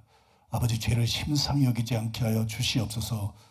예수님께서는 내 눈이 너를 범죄케 하거든 눈을 빼버리고 손이 범죄케 하거든 손을 잘라버리고 발이 범죄케 하거든 발을 잘라버리고 지옥 가지 말고 천국 가라고 경고하셨습니다.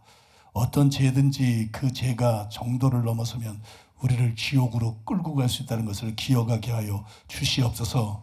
거짓말이 난무하는 시대이고 뉴스도 거짓 뉴스 천지고 믿을 수 있는 방송국도 없는 이때 아버지 하나님이여 거짓을 자연스러운 것으로 여기지 않게 하여 주시옵소서. 아버지 거짓이 심각한 죄인 것을 알게 주시옵소서. 거짓이 영적인 심각한 증상인 것을 알게 주시옵소서. 두려워하게 주시옵소서. 혹 간헐적으로라도 거짓말한다면 자기를 돌아보게 주시옵소서. 회개하게 하여 주시옵소서. 이번 기회에 거짓을 완전히 끊어버리게 하여 주시옵소서. 진실한 사람들 되게 하여 주시옵소서. 아버지 은혜 감사해서 하나님 앞에 예물을 드렸습니다. 주일헌금 11조 감사헌금 각종 예물을 주 앞에 올려드렸습니다. 주님 영광 받으시고 높임 받아 주시옵소서. 정성껏 예배드리는 사랑하는 성도들 예수님의 이름으로 축복합니다.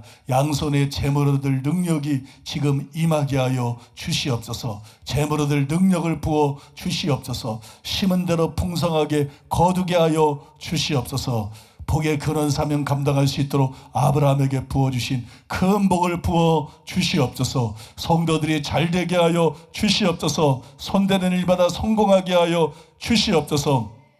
성도들이 흥왕케 되게 하여 주시옵소서. 번성하게 하여 주시옵소서. 주님 원하오니 성도님들에게 복을 내려 주시옵소서.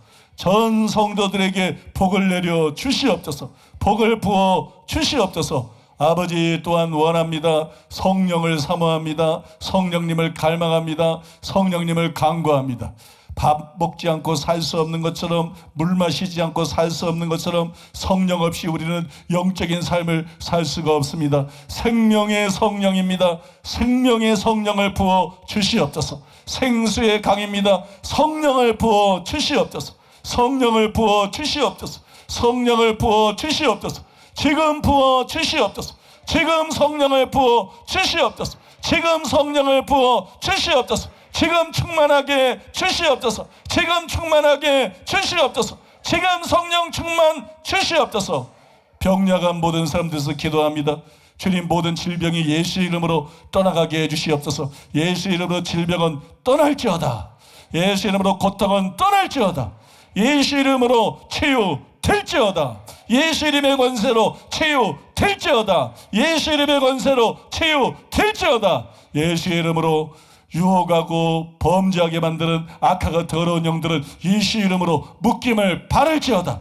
예수 이름으로 결박을 바를지어다.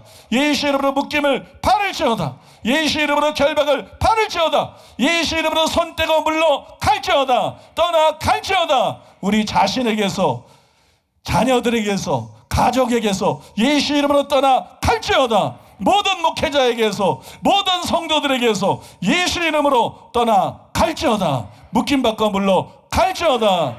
주님, 주님만 우리에게 임하시옵소서. 주님 함께해 주시옵소서. 주님 사랑을 부어주시옵소서. 주님께로부터 경건의 능력으로 충만하게 주시옵소서. 주님께로부터는 정직함으로 우리를 새롭게 주시옵소서. 주님의 임재와 주님의 기쁨과 주님의 영광으로 충만하게 하여 주시옵소서.